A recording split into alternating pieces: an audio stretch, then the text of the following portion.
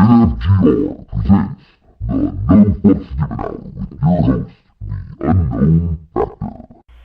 What's up, ladies and gentlemen? It's the No Fucks Given Hour on NFGR, yeah! Always just going fucking nutty, cause what else is there to do in the underground? It's my preference. That's what's up. I, as always, am your host, the Unknown Factor, right? We got some shit going on tonight, y'all. Motherfuck, you got Fisty cuffs up in this bitch. Gonna fuck that shit up. Y'all don't even know. I know for a fact, shit. He just had a performance last night, had some shit, but you know, we get into all that shit later, right? Real quick. I just gotta drop some news, right? On the fucking 21st, right? Coming up on the 21st of this month, I got Misfits Renegade Sideshow coming up, right? Right? Yeah, Misfit. That's what's up, right? And I'm telling you, on that day, we gonna do a little giveaway, right? Shit, I know Fisty's even gonna get in it with a motherfucking free download code, right? I got a shitload of motherfuckers. Free CDs. I got free beer koozie or whatever the fuck they're called. I don't even give a fuck. Lanyards, some lanyards, posters, motherfucking. I got the fuck else we got? Fucking T-shirts. Some t-shirt, motherfucking some booty shorts, man. That's what's up, right? Call in, fuck around. But here's the rules. You gotta have a good question for my guest, right? I ain't gonna take no what's your fucking favorite color. I want to get inside the mind of the man who is the misfit, right? But for right now, what we're gonna do is we're gonna start getting into the mind of the man they call fisticuffs. We're gonna start with a little graveyard shift. We'll be right back, y'all. Hell yeah, we're back. I still in the Unknown Factor. This is the No Fucks Given Hour. And check in. Yeah, I got fisticuffs in the motherfucking house with me. What's up, dog? Who is this? I'm just fucking with you. What's good, man? Man, I don't know who this is half the time, so that's actually a damn good question. What's happening, everybody? Hell yeah, man. We're going to start picking Fisticuffs' mind, man. We're just going to get into it. And I'll tell you what, dude. Like, the second I heard your name, the first thing, man, I just got to know, like, where'd that come from? That was a nickname given to me a long time ago. I used to get in lots of fights. And fisticuffs basically means fighting with your hands. So a couple of homies of mine kind of gave that nickname, and it stuck when I started doing the music shit. So Hell yeah, dog. Now, so you had that nickname before you even started rapping then, didn't you? cell phones off. yeah. Oh, man, my bad. Fisty, I forgot to turn my goddamn cell phone off before I started this interview. And we can't have that shit. It's unacceptable. Like some unacceptable dumb. Like I did. Well, like I wasn't a DJ. Oh wait, I'm not a DJ. So that's okay, right? Fuck it. No fucks given, right? Fucking. You know what? Fuck it. I don't feel like asking standard interview questions, Fisty. I just don't. Cause me and you had a good conversation on the phone, man. We did. And like this cat right here is a cool motherfucker. And I'm telling y'all right now, listening, you need to check your shit out. And we're gonna get into more of that later. Right now, we're just gonna get inside his head though. With a weird question that I've come to the conclusion I just like to start out with, because fuck it, right? We'll start the weird shit. Yeah, just start the weird shit right off Yes, the sir. bat. Yeah, so what is your opinion, Fisty, of the paranormal and the arcane? And have you ever had any personal experiences with such? Yeah, man. I can chalk a lot of that shit up, though, as being a younger cat. Imagination's a little bit more wild. But I've definitely had some weird shit go down. My dad was in the Navy growing up, so we kind of lived everywhere. I mean, literally all over the United States. We moved, he retired and we came to Kentucky. And first place we lived is it's like a 200-year-old farmhouse. And like there was constantly just scary shit going on, like speaks and voices, and like, I could hear somebody walking towards me at night, and, you know what I'm saying, like shit that would creep me the fuck out constantly at that place, and I could just, that feeling, you know what I'm saying, like you get, like something ain't right, and something's there, but you can't see it type shit. But like I said, I was younger, I was probably like 15, and so I'm sure my imagination had a lot to do with that, but I totally believe in the supernatural, and I don't quite know exactly what I believe, but I believe it exists. You know what I mean? Oh, well then, man, I think if memory serves me proper, me and you kind of got into this. That makes me curious. So you have any kind of religious belief? Yeah, Frankism. That's what I like to call it. I believe in a God. I don't believe in the Bible. I think the Bible's been tampered with too much. Man wrote it, rewrote it, and translated it, and a lot of it's been corrupted to give certain people power. It's pretty sexist too. I mean, it's been rewrote and so that men have authority over females, and then just weird shit like that.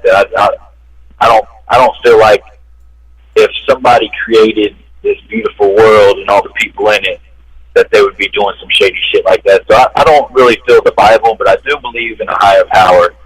But I don't know exactly what I believe to the extent on that either. You know what I'm saying? I feel like there is a higher power, but I don't know where that higher power comes from, and I don't really have a label for it. You know what I mean? I think that's the best way to honestly take it, something like that, man, because I'm gonna quote Dogma again. I don't give a fuck, I know it caused an issue last time, but again, I'm gonna quote the movie Dogma, and anybody who remembers this previous fucking shit can suck my dick if they've got a problem with it, flat out. But I think it was don't like Dogma. Yeah. Oh, no. Well, no, it was the way it was quoted, and you'd have to hear the interview, Fisty. It was really clams and this, and I don't even know, but polar walruses, and it was really weird. But no, the quote I'm referring to in this particular conversation is the fact that when Matt Damon, he says, or no, it was Chris Rock's character talking to the chick that's the prophet, or the son of Jesus, or whatever, bloodline, and he said, it's better as an idea than a faith. Because you can change an idea. A faith has to be solid, and it's just something that a bunch of motherfuckers are going to argue about. But if it's an idea, then it can be modified. Right. You know what I'm saying? And right. And not even necessarily to fit the situation, but be modified because you understand more about what it is. And that's just my opinion of the shit. Easier to let go of. Yeah. Yeah, totally. And, I think a big part of religion is each individual's own personal translation of what's what. You know what I'm saying? I think that's a freedom that was given to us to be able to translate things and understand for ourselves what we think it means. You know what I mean? I've did a little bit of studying on different religions, and the Mormons got something they call the guiding light. I'm pretty sure it's the Mormons. But it's basically that thing inside you, your conscience that tells you what's right and what's wrong. You know what I mean? But to them, that's part of their religion, and I think that's pretty fucking fresh because that's something I do believe in. Is everybody has their own right, and nobody's necessarily wrong on what they believe in interpretation of something is. You know what I'm saying? I don't think it's black and white like the Bible puts it. I think everybody kind of has their own circle of energy, and something someone else is going through might be bad that someone else is going through, and it's not bad. You know what I'm saying? I don't think somebody can be held accountable, say, for theft if you're homeless and hungry and you're stealing to provide for yourself or your family. But at the same time, if you're, a multi-millionaire or billionaire and you're CEO of a big company and you're stealing from your workers' paychecks and shit, I think you're going to be held accountable. You know what I'm saying? So I don't think it's quite as black and white as the Bible puts it, and everybody has their own interpretation, and I don't think anybody's necessarily wrong. You know what I mean? Hell yeah, dog. I fully agree with you, except there's one subject matter, and I only bring this up because of a former fucking piece of shit coworker of mine, and the fact that he tried to defend this, and I swear to God, Fisty, I wanted to stab him in the neck, and I'm pretty sure after I tell you what it was, you'll agree. I'm fucking 14-year-olds and shit. Oh yeah, and that's a whole other subject. That's probably a real sensitive subject for a lot of people, because 200 years ago, that shit, there wasn't nothing wrong with it. You know what I'm saying? Bitches were getting married at 14 and 12 and shit, you know what I'm saying? And having kids at 14. And, obviously, as time's gone on, society's kind of matured, I'd like to think, you know what I mean? So it's definitely looked down upon and whatnot. And I completely agree. There is an age limit because there's an age of maturity mentally, and that's where the big difference is on that. Is it's not necessarily how old you are, but at the same time, you can't be 14 and mentally mature. You know, it just doesn't fucking happen. Yeah, dude, I totally agree, and I just had to bring that up because that dude's defense to it was what you brought up, not as a defense, but just as a goddamn fact, because it's true. You know, 200-300 years ago, that kind of shit was happening, right? But that doesn't mean, you know, 200-300 years ago, yeah, 200-300 years ago, if somebody pissed me off outside, I could cleave him in half with a goddamn, well, I could shoot him down with a 6-shooter, because I can't say broadsword, we'd have to go back farther for that. And no one would really rightly give a fuck. People don't want to live by those rules. They just want to live by the rules that they think work for them. And I think that's the problem with it, that if we're going to mature as a society, we have to either move forward as a whole or shit's just fucked. That's like, and I apologize to anybody that was a victim of this before I even bring it up, and I don't have the exact specifics of it, but that's like the shit that just happened down in Orlando, correct? Yeah. Orlando today. Have you heard about that, Fisty? I caught a little bit of it on Facebook. I've been doing Father Sunday, so I've been hanging out with my little boy all day. I haven't got too caught up on current events for today, but I did catch a little bit of it on Facebook earlier. Well, hey, mad props for taking the time out to have a Father Sunday, dude. That's badass. Yeah, but I mean, yeah, dude, I kind of have too, because I'll be real honest, I've been doing a bunch of crazy shit, but I caught a little bit of that. And they're saying ISIS took fucking credit for it, and it was what you said, it was a gay bar, man? I think it was. Oh, yeah, it was. Didn't get all the details. You didn't get all the details. details. Gay bar? That's something that was related to people hating on. People hating on homosexuals. Yeah. From what my wife gathered, she did. That doesn't even make sense. That doesn't make sense to me. Why would ISIS target a gay bar? Like, I'm pretty sure ISIS just kind of hates Americans in general, right? That's my general impression of what I've heard. Everything from them. I mean, it's nothing to do with one specific culture of America. Because look, we as Americans, there's a lot of different cultures in here. Anybody thinks this is a fucking moron. It's the entirety of our country. That's what I understand from everything that I've read and researched. Well, you know, I get it, that might make sense. I don't know enough about it to really be calling any shots like that, but you know, their culture might frown upon homosexuality majorly, and the fact that the United States is coming around and accepting it that would make sense for them to target something like that in the end, I guess. See, yeah, I mean, I can see it in that, because I do know ISIS claims to be Muslim, correct? I believe that's what. I believe. Look, I can't keep up with all these fucking politics. This world has gotten so chaotic, and I just think it's weird that we as a species don't understand. I try not to be honest with you. Well, when religion is like... I just think it's weird that we as a species, man, haven't come to the conclusion, and I got into this last night with Zero Tolerance a little bit, that we need to start... Oh, Boudini. My apologies, Boudini, and yeah... Boudini, I got into this a little bit with Boudini last night. The fact that we as a species, man, really need to start thinking on a larger scale, because what are we gonna do, dude? Like, for real, what would you do, like, some Independence Day shit, just for real showed up? We're gonna be fucked, because we're not gonna get along. I wouldn't really be that upset, because that might be the fucking thing that it takes to actually unite us as a species, you know what I'm saying? It's the whole... the racism shit and all, it's just fucking, it's so played out and needs to be done, but it doesn't seem like no matter what happens, people are going to be stuck in their fucking ways and feeble-minded, and it's always going to be there. So if we got fucking attacked by aliens, I mean, God hope we end up winning in the end, but shit, I really wouldn't be that upset, because that might be the fucking thing that pulls us together, you know what I mean? Holy shit, Fisty, I love that response. It was fucking genius.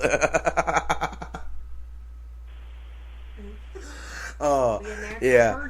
I mean, it really, I agree, though, and honestly, like my wife said, it probably would be a natural purging as well, because it would be the stupid among society that are the ones that would probably end up dead the quickest, you know?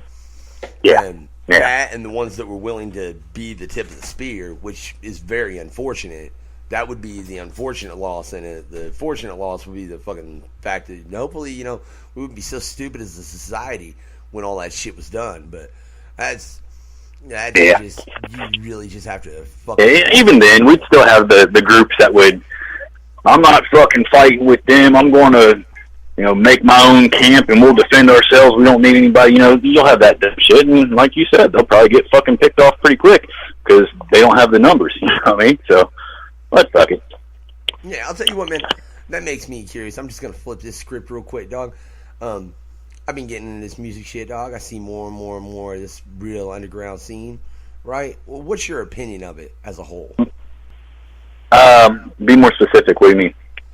Well, we're getting into the fact that people divide themselves. And I feel like I see a lot of that where, me personally, I don't understand why. So, and dude, I know you okay, have. Yeah, I know you have because of conversation. So you mean like with the underground scene, how everybody's kind of clicking up and doing their own thing and dividing? Yeah, if that's what you mean, yeah, I totally understand that. And I don't know, it's hard.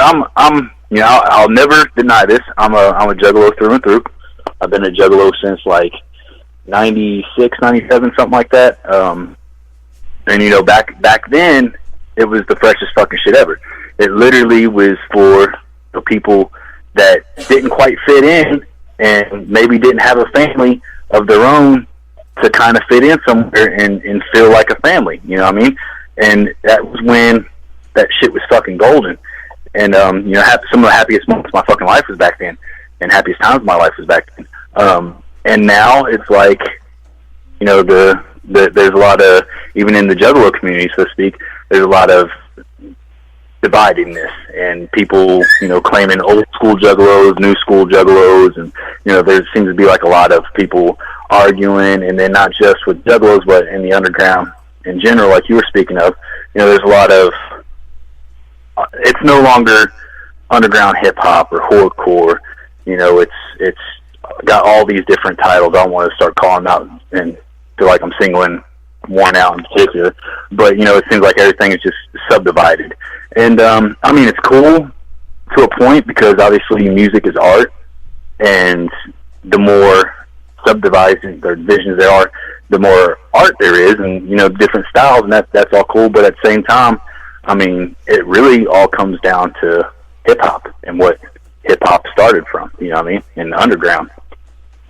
Hell yeah, dog. No, I totally get your answer in that. But you brought up one or two terms actually that I'm really curious to address with you, man, which is the old school juggalo and new school juggalo. Now look, I have heard this term a lot, man. Like I've said several times on this show, about 12 years ago, man, I kind of stepped out of the scene a little bit. And I still kept track of all the music, but I wasn't fucking with no juggalos except like 3 homies of mine that were.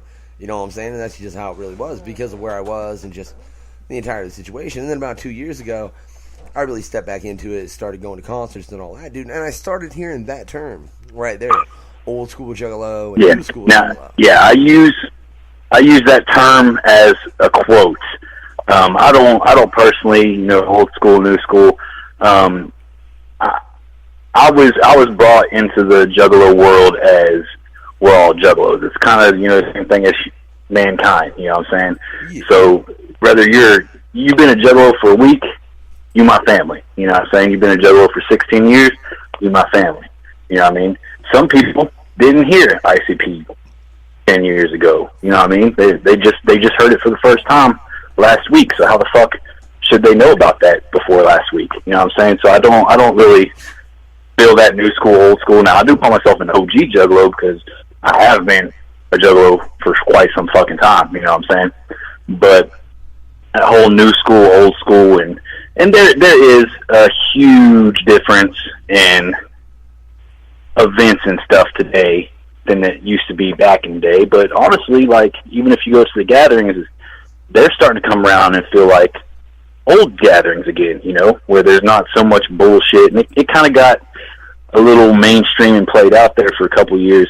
And motherfuckers were showing up that had no business to be there, and they were robbing people and just doing dumb shit, you know what I'm saying? But, like, past couple of years, it felt like the old days, you know what I mean, where everybody was just there to have fun and look after each other, and it's just been a great time, Hell yeah, Doug, yeah, and I love how you say robberies and shit, dude, because the main thing that comes to mind when you say that is that motherfucker getting his car ripped apart piece by piece, dude. Jesus Christ. Yeah.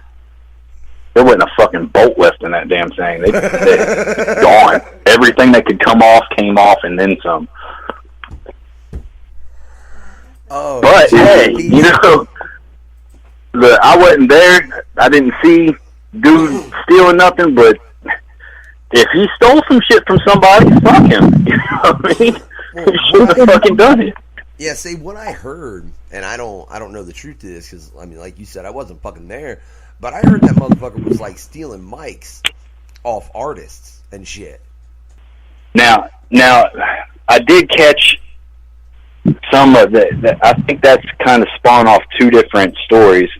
Because the same dude that got his car tore apart, and, you know, I don't know for sure, this is just going off of what I've heard, but the same dude that got his shit tore apart fucking was on, what the fuck was that? It was a pawn show, not Pawn Stars, but that pawn show that was based out of a pawn shop in Detroit.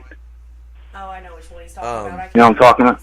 Hardcore pawn or some shit, or Hardcore Pawn, yeah. Hardcore Pawn. Hardcore Pawn. Yeah, apparently, yeah, there was a juggalo that, you know, always in the fucking spotlight for bad shit on there that had apparently tried to sell them some microphones that was stolen from a local venue. And from what I heard, allegedly it was the same guy who got his shit ripped apart at the fucking gathering, got his car ripped up for stealing. So I don't know if that's true, but that's where I think that story came from. I could be wrong, though. All right, well, that would make sense, man, based on the grand scheme of things. But, like, that's the thing I don't understand, dude, as far as just going back to the Juggalo thing, is like I said, when I initially got into it, was, you know, it was a family and help each other out, and, you know, don't make sure a motherfucker ain't fucked, and don't fuck each other over. And I mean, that's what it was. I mean, even back in the day, dude, I ran into some fucking juggalos, and you would refer to them as juggahos. That's how it was then, you know, but I think I just lost fisticuffs. What the fuck? Either that or someone just called in. I think someone called in because I'm still here, homie. Oh. I don't see anyone, but... Well, what the fuck? I had a beep. Do I have a caller? I heard a weird noise. I don't know. Yeah. Like, that beep is to signify that someone else is called in. Well, whatever. I don't know. Apparently, we might have a caller here in a moment, but that's besides the point. You know what I'm saying? But all I know, Fisty, is for real glad. Dog, I'm glad you fucks with us. That's what's up, dog. So check this track out. Fucks with us, and we'll be right back in a minute. Hey, we're back. No fucks given. That's right. Fisticuffs in the house. That was fuck with me. Yeah, that's what's up, man. You should fuck with Fisticuffs. I know, because that's what's up, dog. I gotta know, man, what you got coming up next. You know what I'm saying? I've got a lot, man. I've been laying low and what it looks like, not doing anything. But something everybody that isn't an artist himself needs to realize is if you're a serious artist and you're doing shit, even when they're not doing shit, they're probably doing the most. So when it looks like nothing's fucking going on, there's a lot of shit going on. Because there's 90% of everything that is out there is behind the scenes that you don't see. You know, you only see that 10%. So I've been working on a new album. It's actually titled Fisticuffs, but my artist name on it is Frank E. So it's kind of I'm before I started listening to like underground hip hop, you know, I was always a hip hop fan, but my main genre was like alternative rock. And so like I'm a 90s kid. I love that, you know, old school shit like Bush and, you know, Matchbox 20, that type sound stuff.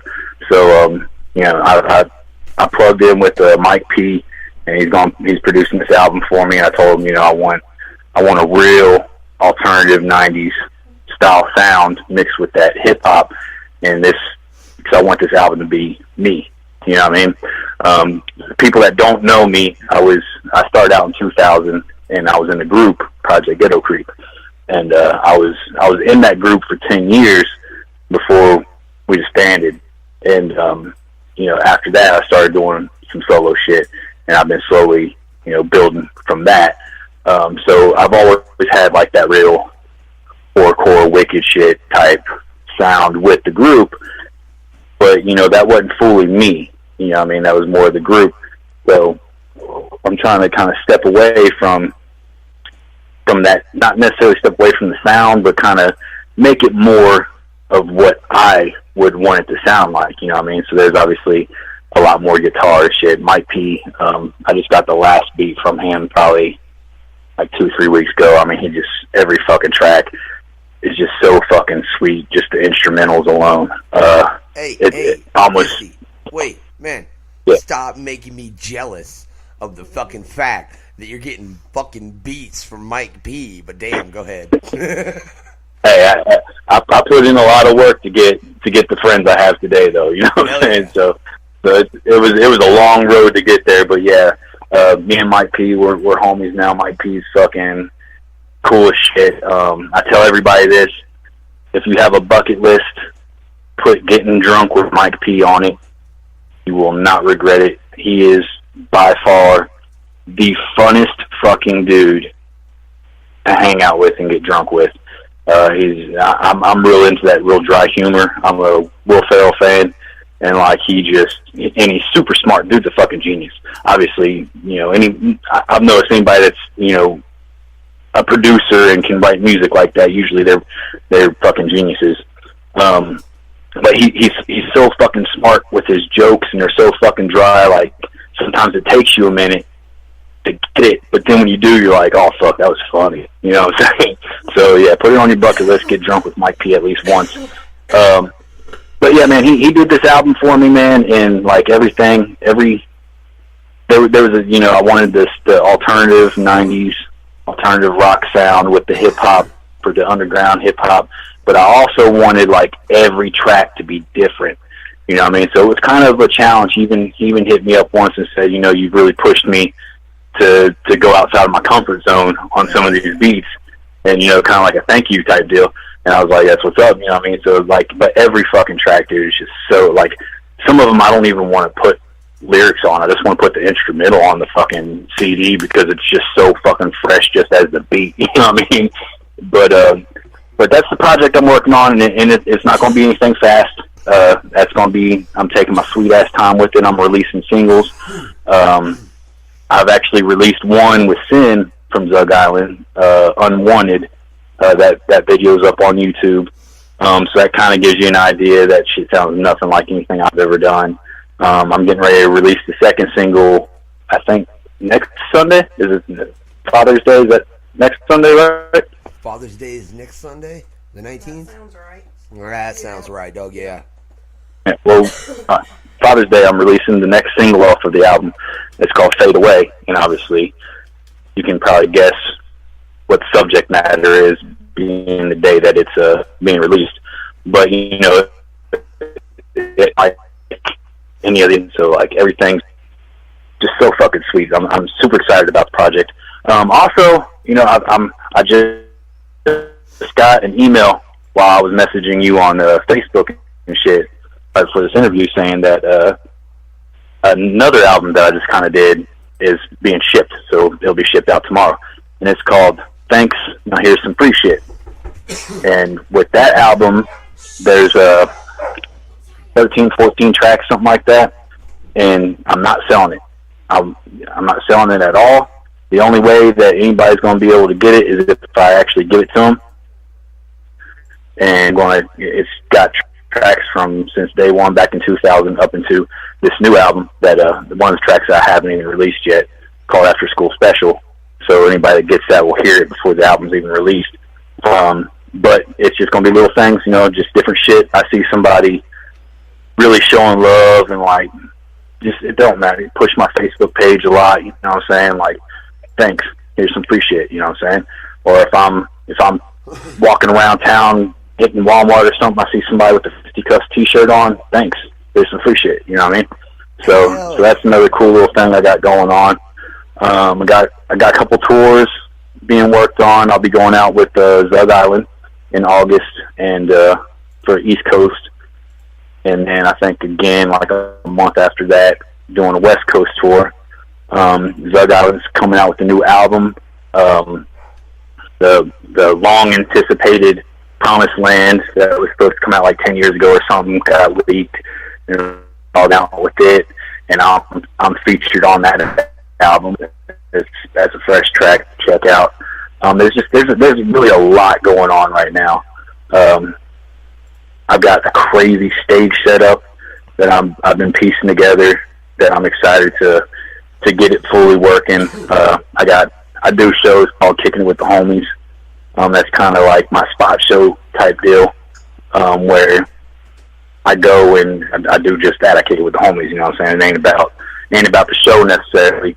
It's about going and being able to hang out with motherfuckers, you know what I mean? And I got a couple of those coming up in Ottumwa, Iowa. My homies Motive Hate. That's actually turned into a memorial show. Rest in peace to the homie Exquisite. He just recently passed away. Super dope fucking artist, was supposed to be performing at the show, but he passed away a couple weeks ago. So that's going to be a memorial show towards him. And then I'm also being Jacksonville, Illinois, the next day with another Kicking With The Homies show. So that's kind of like everything I'm focusing on right now. And obviously getting ready for the gathering. I'll be doing mad promo. I plan on bringing, Thanks, Here's Some Free Shit CDs. So anybody I see at the gathering, if you got a 10-6 Click t-shirt or a Fisty Cuffs t-shirt on, expect me to give you a free CD for wearing that shit and showing love to me at the gathering. Also, I'm going to be doing some shit for the first time this year called Free Franks in Your Mouth, where I'm going to be posted up and making hot dogs and giving them motherfuckers out, because anybody that's been to the gathering knows around day 3, everybody's broke and hungry. So I'll be posted up giving free hot dogs to motherfuckers, and obviously passing out promo and shit at the same time. But I'll be called Free Franks in Your Mouth, and I plan on doing that every year. So hell yeah, Fisty, that's fucking dope as shit, dude. That is awesome. All I got is I wish I could get a free hot dog, but I'm telling you right now, I'm gonna have a man on the ground up in that motherfucker tune. You better fucking do it. You know you will. You know we can, and you know that's what's up. And I'm telling you, dog, one way or another, I'll send that motherfucker to you at one point, unwanted or not. I don't give a shit. Featuring Sin of Zug Island, by Fisty Cuffs. We'll be right back.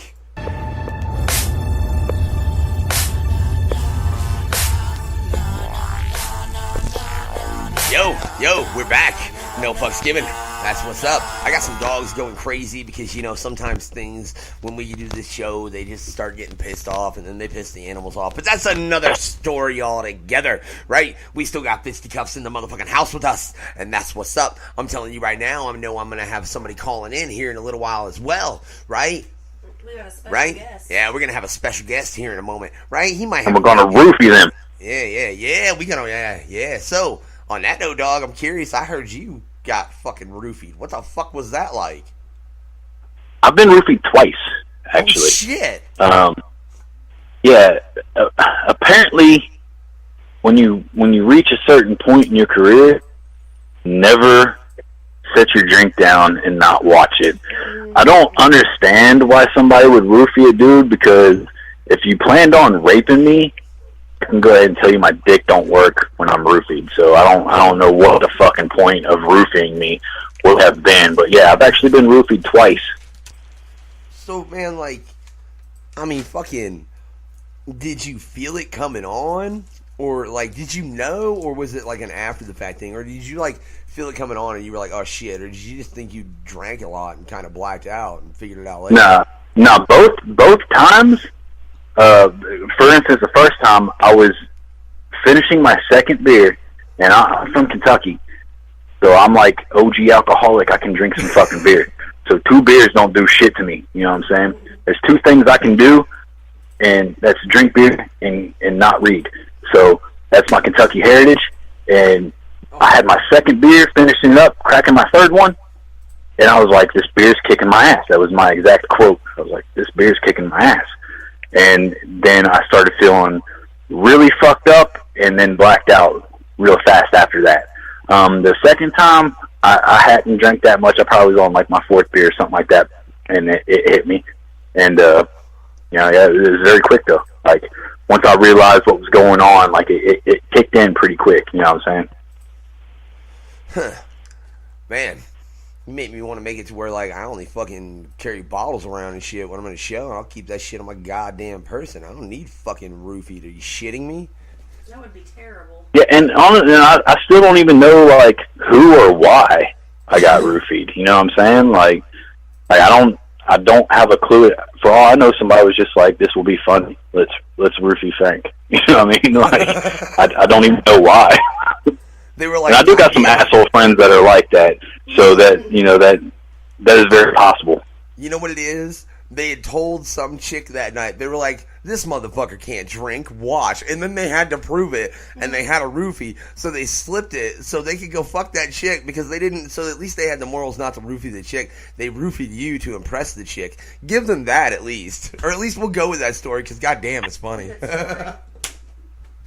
Hell, that was back in my drinking days. I stole some chick's beer and roofied myself when some other dude was trying to roofie a chick or something. And she turned around real quick, and he dropped the roofie in it, and I snatched her beer and drank it. Well, in that case, props to you, Frank, for saving someone like that. I took one for the team, damn it. Yeah. Hell yeah. Hey, you know what? That's the story. That's the story I'm sticking with. Somebody tried to roofie a female, and I came in like Captain Save-A-Ho and stole that beer. Out of love, I stole her beer. It just so happened to be roofied, and I saved her life. Oh, dude, that's fucking fantastic. Oh man, I really, yeah. I'd take one like that. That's fine. If you save somebody in it, that's cool. But other than that, man, I really don't ever want that shit to happen. Because fuck that. So you're a drinker, dog. Hey, Oh, my bad. Go ahead. What? No, I was just going to say, I didn't wake up the next day with my butt feeling sore or anything, and I got a cool story out of it, so, like, I have no regrets. You know what I mean? Hell yeah, dog. Right? So, that makes me curious, man. I know you're a drinker, and though no one knows it because I believe we said this off air, you don't smoke, man. We do, because fuck that, man. It's the only way I keep my fucking head right without, being able to murder someone is, get a little weed in it, because otherwise I got rage issues, right? Now, fucking, why is it you don't smoke, dog? I'm curious. No peer pressure. I'm just like most artists. I'm trying to come up with an honest answer. You know what I'm saying? I had a lot of growing up. As soon as I was 18, I was on my own, making a name locally. I lived in Maysville, Kentucky. I made a local name. My parents were pretty strict. They were super overprotective. So, like, smoking weed and living at home was not going to happen and have good results. You know what I'm saying? So I never really fucked around with it growing up when I lived with my parents. And afterwards, man, like, when I got out on my own, I started fucking around with music quick and made a quick name. I made a big name. Project Ghetto Creep was probably, like, the biggest non-known band in the underground. We fucking come out with an album, and we broke record sales for Music Land. We had shit in Sam Goody and On Cue, and, like, the managers of the company were calling us and asking us to go to meetings in New York and, meet with these record label execs and shit like that. And, like, we were just two cats from a small town, Kentucky, you know what I'm saying? We were, of course, young and didn't give a fuck, like, fuck all that. But, like, we really did big shit. Well, part of being from a smaller town and getting a big name locally comes with the police riding your fucking ass. I got pulled over constantly and fucked with constantly. They sat outside my house, like, daily. We had, at one given point in time, we've had basically every agency, law enforcement agency, watching us or investigating us, and for no reason, might I add. No reason at all. Like I said, I don't even smoke weed. But, like, they just knew that we were supplying drugs and funding our music with some sort of drug cartel bullshit or something, you know what I'm saying? Like, I've been investigated by the FBI for 2 cases of murder. There's a United States gang prevention task force team, apparently. They thought that the 10-6 Click, it's kind of like the whole Juggalo thing. They thought the 10-6 Click was a hybrid gang that was on the rise, and they literally sent them to Maysville. And they posted up. We've had the Texas Rangers, U.S. Marshals, like fucking everybody at one point in time watching us over shit. So one of the things that I loved was the fact that I wasn't doing anything. I was literally making fucking music, you know what I'm saying? And they couldn't fucking touch me because there was nothing to fucking touch. I wasn't doing nothing, you know what I'm saying? And that's one of the main reasons why I never really got into smoking weed, was because of that. I just had so much heat on me from law enforcement that I had too much pride to actually let them catch me on something. As far as, because back in the day, you know, it was 7 days if you had papers and you didn't have tobacco, you know, it's because that's paraphernalia, because you didn't have tobacco to roll it. So you got 7 days in jail off the fucking rip just having papers, you know what I mean? So they were real strict about it, and I didn't want to give them that benefit of popping me on something stupid and having some bragging rights. Because another thing that a lot of people didn't know, you know, Project Ghetto Creek started, and, you know, we had different artists, you know, started out with fucking, we actually started out as a band, then we switched over to rap, and, you know, had Sick and Jan and Manny, me and Wet Nap, and me and Wet Nap ended up being the final product of the group. And me and Wet Nap talked, and we decided that, you know, we were going to be Project Ghetto Creep, and we started 10-6 Click, and that 10-6 Click was going to be non-profitable, because that was another thing that we did that would make us feel good, even though these people thought we were doing this, we were really doing this. So we did a lot of fundraising type shit, you know what I'm saying, that nobody fucking knew about. But what we were doing was like our way of laughing in the face of all these people that were like looking down on us, you know what I mean? So smoking weed and getting caught or getting popped with like some weed in my pocket was just something I didn't want to give the Maysville Police Department or any other agency the bragging rights for, you know what I mean? So I never started smoking weed. Now, with that said though, I completely support weed. I completely support the legalization of it all over the country. I think that it has super good benefits, medically wise. I don't smoke weed, but I probably got some of the best weed you can smoke in my fridge right now. Because I pick that shit up when I'm on tour, and I bring it home, and I'll tell you why. A little while back, I did something.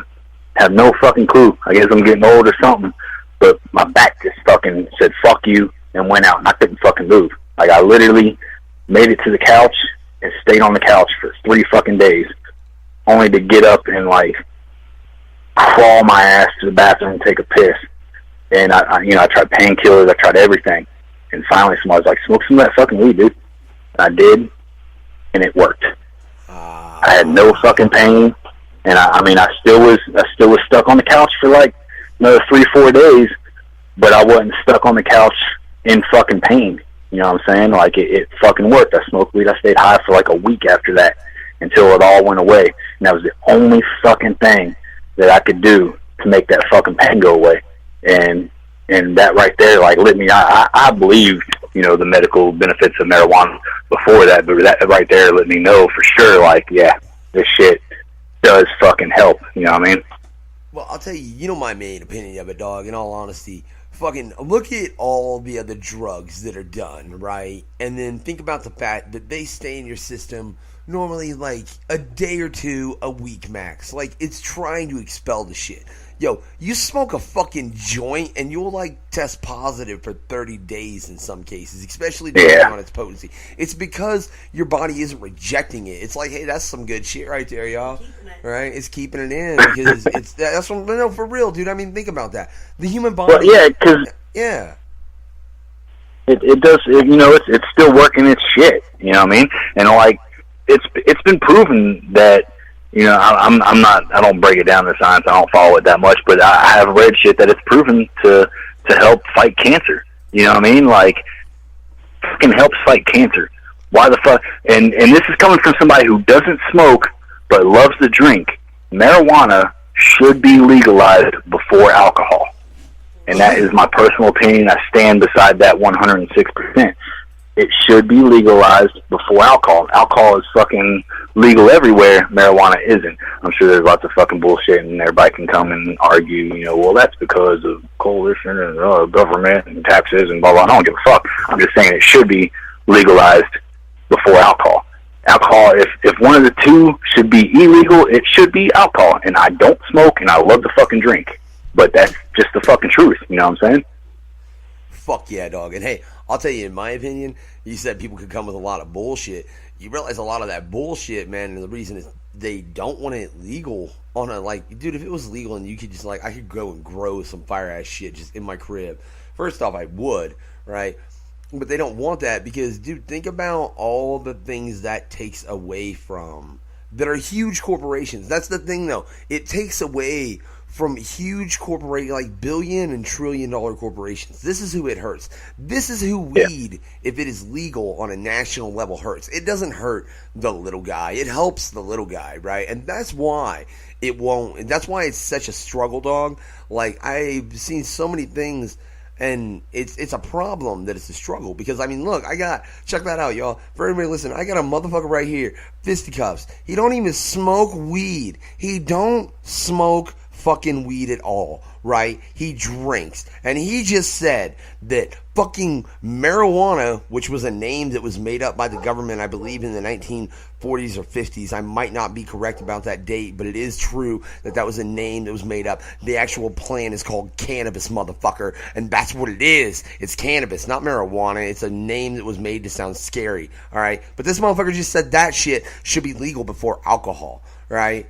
And that's all he does is drink. So understand that concept. This is coming from an intelligent individual. I know, because me and this man had a 2-hour goddamn conversation on the phone. Listen, and you can tell in a 2-hour conversation if a motherfucker is an idiot or not, right? So get that, people. That's what the fuck it is. And we're having to argue with our government endlessly. And I don't get that, dude, except for the fact that, like I said, it's trillion-dollar corporations, right? But fuck it. We're going to go into some idea shit, dude. Oh, go ahead, Doug. I'm not trying to defend the pharmacies and shit, but a lot of people don't recognize or care to recognize is that those companies do put a lot of money, like, you know, they charge a shit ton of money for medicines and shit, but they do put, you know, every medicine that comes out goes through a very extreme process and a very expensive process.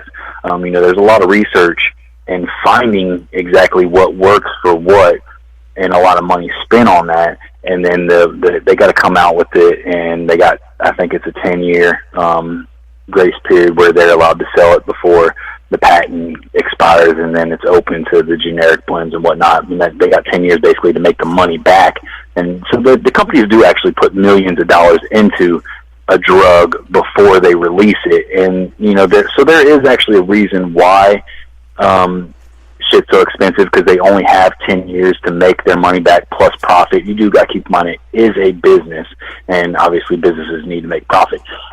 Now, you know, but like I said, I'm not trying to defend them, but there is actually some reason behind that. Hold on. Before you go, I just have to say something, right? I totally understand what you're saying. As far as a corporate level, we're about to have a caller, right? But I got to ask you this real quick. I mean, I think it's the fact that when I look at these corporations, it's not a level playing field, dude. It's you're right, they do have to make money, but it's the motherfuckers that are at the tip top of the corporation. And this goes with anything. Fucking Walmart, our goddamn government, every pharmaceutical company, Target, fucking Viacom. I mean, I could go on endlessly. It's every large corporation.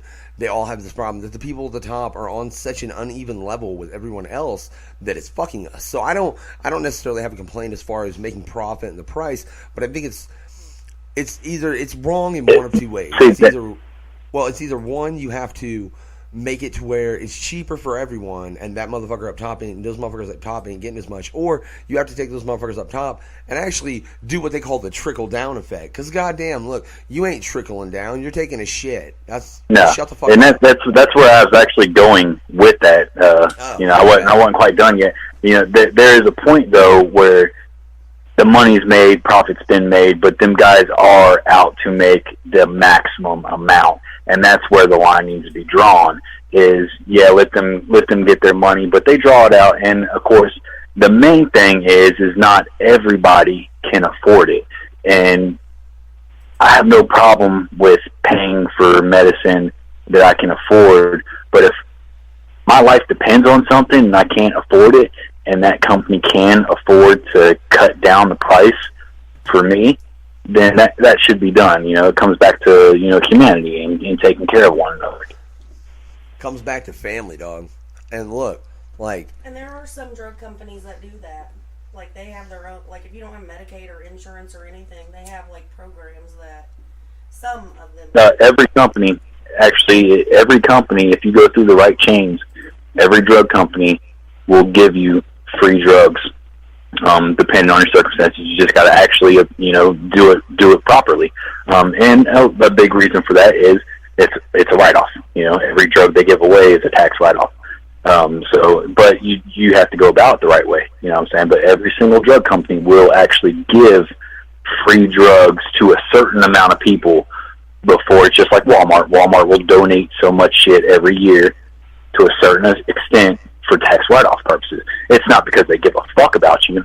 It's because it's tax write-off.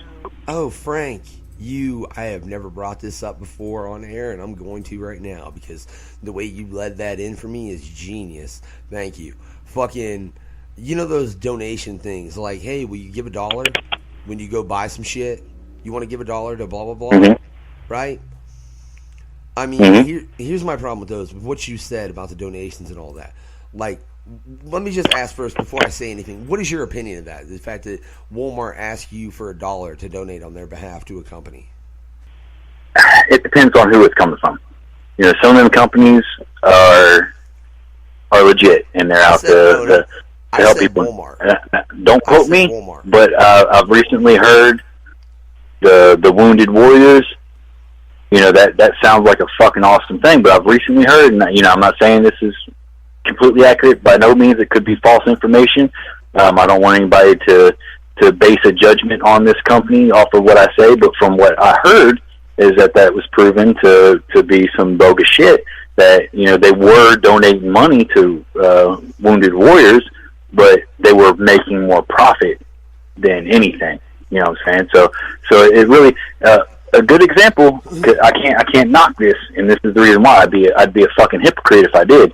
Because from now on, anytime you go to one of my shows, you go to my merch booth, there is a collection box. Because once again, the 10-6 Click, something we like to focus on is nonprofit shit. We want to help other people. And our project this year, me and Hillbilly, one of the 10-6 artists, me and him's real tight, and we got a lot of the same views. One of our big projects this year is helping homeless. And so anytime you go to our merch booth, you can donate. We don't ask for donations. We don't, hey, once you buy a T-shirt, would you like to donate $1? We just have the donation thing out there. But you donate money, and we put together homeless kits. And while we're out on tour, because that's where the idea comes from, because we're on tour and we see lots of homeless people while we're on tour, we pass out bags of goods, food, deodorant, toothpaste, blankets. What I'm saying? It's got like a bunch of shit in it. That I've gathered from my own experience, because I've been homeless before, which a lot of people my age and younger have to experience these days. And so it's a big concern for me, something that's important to me. But like back to the original thing, is I'd be a hypocrite to say that it was wrong to do, because obviously I could be nobody, and I could be going and asking for dollars to help put these packages together for homeless people. Okay. And I would get less than I would if I was a rapper at my own show, the headlining artist with a donation jar. I get more because of who I am, or example, the corporate. You know what I'm saying? So it just depends on who it is and what they're actually doing with the money. Okay, I totally agree. But the thing I'm more referring to, Frank, and first off, before I even go into this, fuck yeah, that is, like, dude, that's cool as fuck that you do that. Like, for real. Because fuck. No, it's not just me. Like I said, you know, we got a lot of 10-6 artists, and 10-6 in general, you know, it's about helping other people when we can type deal, you know what I mean? Hell yeah. Shout out to all 10-6 for that shit. All y'all, man. That's fucking awesome. It really is. But what I was trying to say specifically, dog, as far as the donation shares, and the reason I said Walmart is because I'm referring to companies more of that size, is I feel if you sit and think about it, dog, like, let's say every person that goes in there donates their fucking change, they're going to donate, Walmart's going to donate that, but they ain't donating that from you, they're donating that on their fucking behalf, meaning they're getting a bigger tax for money. Yeah. That's my issue with it. Now, if you're like the way you're doing it, no, dude, that's right and correct on a fucking level, dude, and that's fucking dope. But them motherfuckers are using. I see what you're saying, though. Yeah. Now, once again, I gotta put it out there that I don't work for Walmart, and I don't know exactly how they do their financing and whatnot. So, you know, for all I know, they might do it the legit way. But if I had to guess, you're probably fucking right. They probably take that fucking money and they probably give it and then write it as a tax write-off from other people's fucking pockets. You're probably fucking right, but I don't know, so I can't really say. I personally fucking hate Walmart with a love. Hey, well, I just want to say, based on what you just said, man, for real, I might be wrong. They might do it on the level, all right? But I'm sorry. Walmart's a pretty goddamn evil corporation. I myself have worked for it. I've seen the condition and how they treat their people, and it's bullshit. And I personally believe... I've had a run-in with Walmart recently.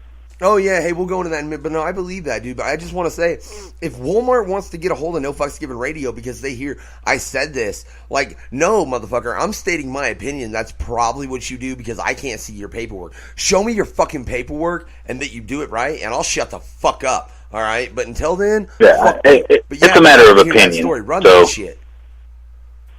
Okay, me and Hillbilly, the guy I was just talking about, one of my homies, he's from Tennessee. He's a redneck fucking motherfucker that raps, and he's like, he shows mad fucking love. He's a 10-6 artist. He's like my fucking brother. So he's got that. I think it's called hip hop is what they're starting to label it these days. Super fucking cool dude though. Me and him, like we do a lot of this shit. You know what I'm saying, with the fundraiser type shit. And one of the things we did is, which apparently a lot of people don't know about, is Flint, Michigan has a fucked up water situation right now. And something that we did was a water run where we went to certain places and we collected water from people and we took it to Flint, Michigan and dropped it off. Super successful. Crazy fucking successful. I couldn't even imagine. Like we had like 6 or 7 stops, and by the second stop we were fucking breaking out calculators and trying to make sure that we weren't overweight, which we were actually 500 pounds or 500 gallons overweight, which turned out to be a shit ton more. If we got pulled over, we'd be gotten a lot of fucking trouble. And we actually had to cancel some of the last stops and everything. Fucking ridiculous. But back to the original story. Sorry. We stopped at Walmart in Maysville, Kentucky, and this douchebag, what was his name? We'll just call him Douchey.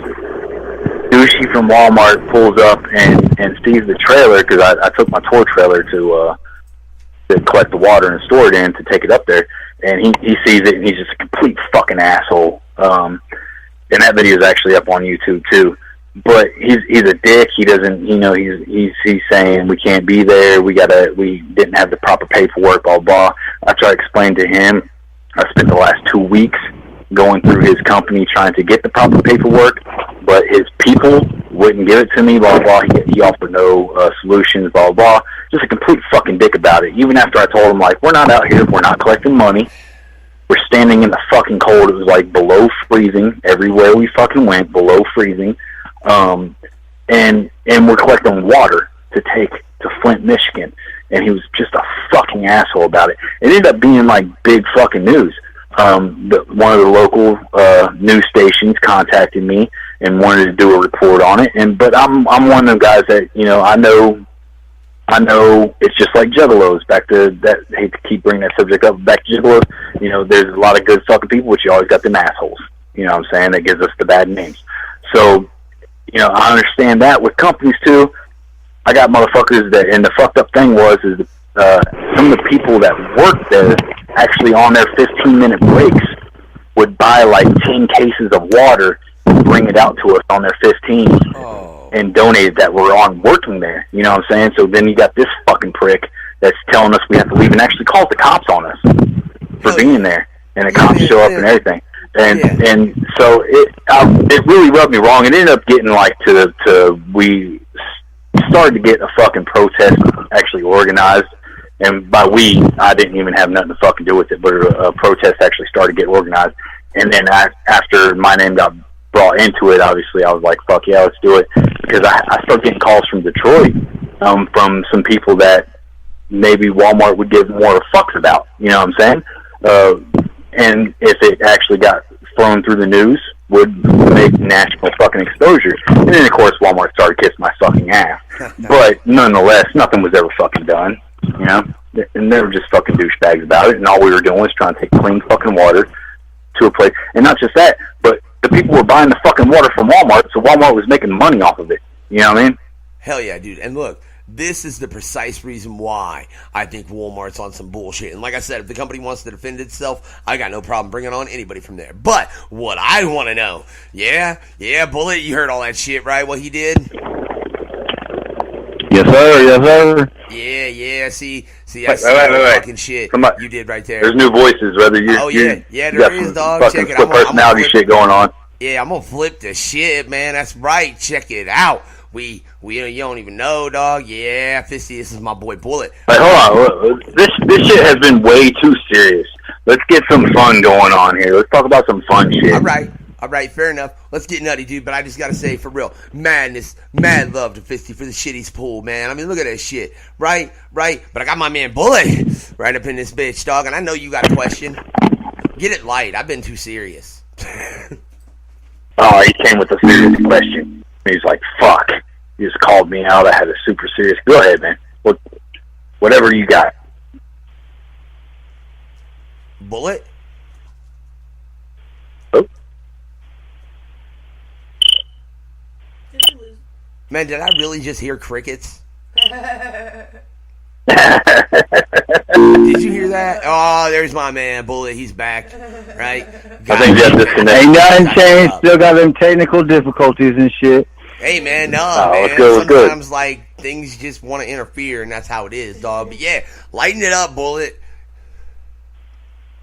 Shit, man.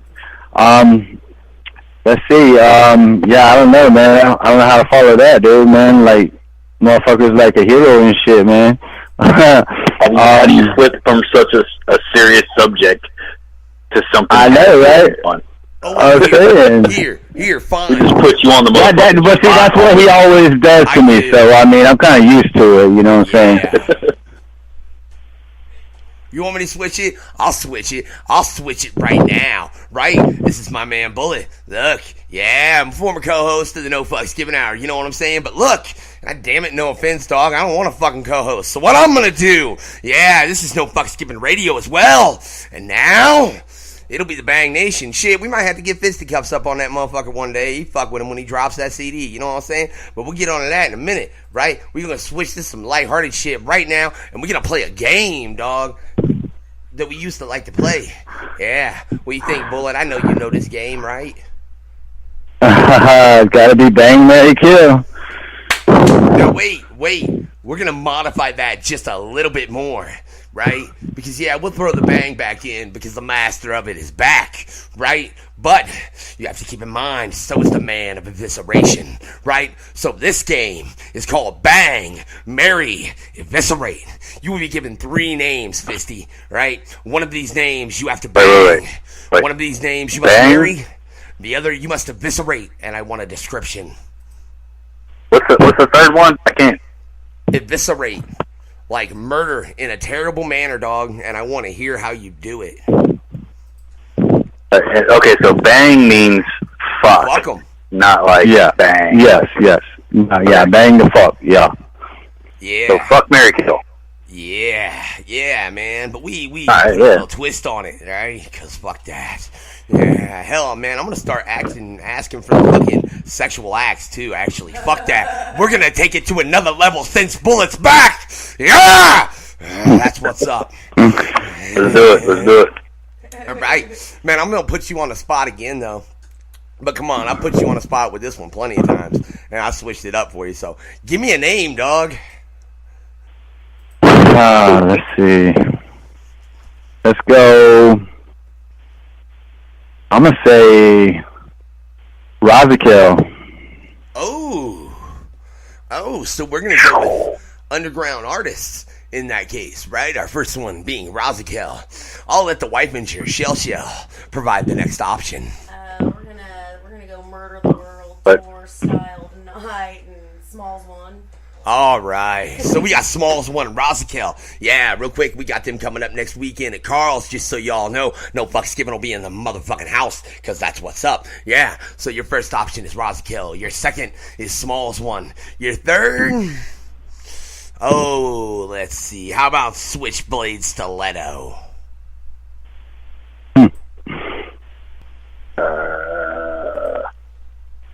How about it? Couple issues. What?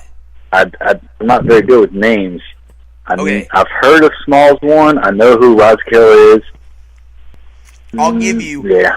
Switchblade Stiletto, my bad. Hey, look, I think she's actually over in England, so it's understandable that you wouldn't know her. My apologies. So, here's what we do. Let's switch this up a little more. You do know who Smalls one is, right, off LSP? Well, I've heard the name. Man. I can't get a face to it though. It just like Yeah, she's that So stuff it's shit. kind of unfair because I'm going to be like, I don't know who she looks like. Fine, all right. Well, look, we're gonna go with Razakel. I'm gonna throw out the option. I know you know who Whitney Payton is because you brought up the fucking name earlier, right? And then I'm gonna make my wife throw out another because hers was lost, and it has to be an Come on, baby, you can't think of one more underground female artist. Then fuck it, we'll just go with Bullet. Silent Hill Nurse. Yo.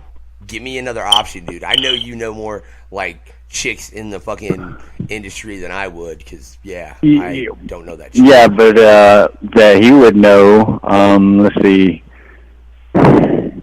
Oh no. Go with one that starts with B. Come on, that's a good one. With what? Beyonce. Yeah, I'd say okay, sure, why not? I know you know who Beyonce is, dog. So those are your three choices for Like Beyonce? Yeah, like Beyonce, Yeah. dog. You know who fucking Beyonce is. Come on.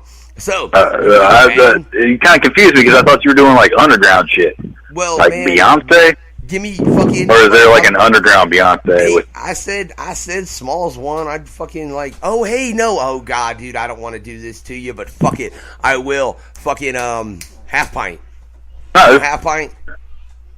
let's do Beyonce because I don't know who Half Pint is either. God damn it, fine. See, that's why I went. Wait, isn't Beyonce. Half I knew Pint you'd from know it. Project Born? No, God. Half Pint's a dude.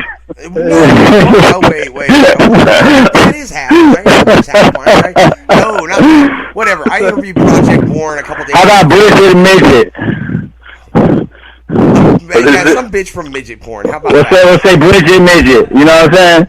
Oh, Bridget the Midget? Everybody knows Bridget Midget. Everybody knows Bridget Yeah, Midget. let's go with Bridget the Midget. Yes, okay. Okay, That's Bridget the cool. Midget, Yeah. Whitney Payton, That's what's up. and Razakel. what? Yeah, okay. All right, yeah, this is pretty easy. All right, fuck Britney, or no, fuck Whitney. No. Whitney Payton. I said descriptions of the fucking and the evisceration. Okay. Well, let me explain my reasons. Okay. Obviously, there's an obvious reason behind that. She's cute as shit. But I don't know anybody that doesn't necessarily know for sure she's a lesbian, and I don't know anybody that's fucked her. So regardless if she's a lesbian or not, like that's some bragging rights right there. So if you can and respect Whitney Payton in case she hears this, respect you. Yeah. But you'd probably be a trophy fuck. I'd marry Raquel because she's in the same fucking industry. There could be a lot of networking. And that's pretty much it, because I don't think she's cute. I wouldn't fuck her, but I would, I'd network with her.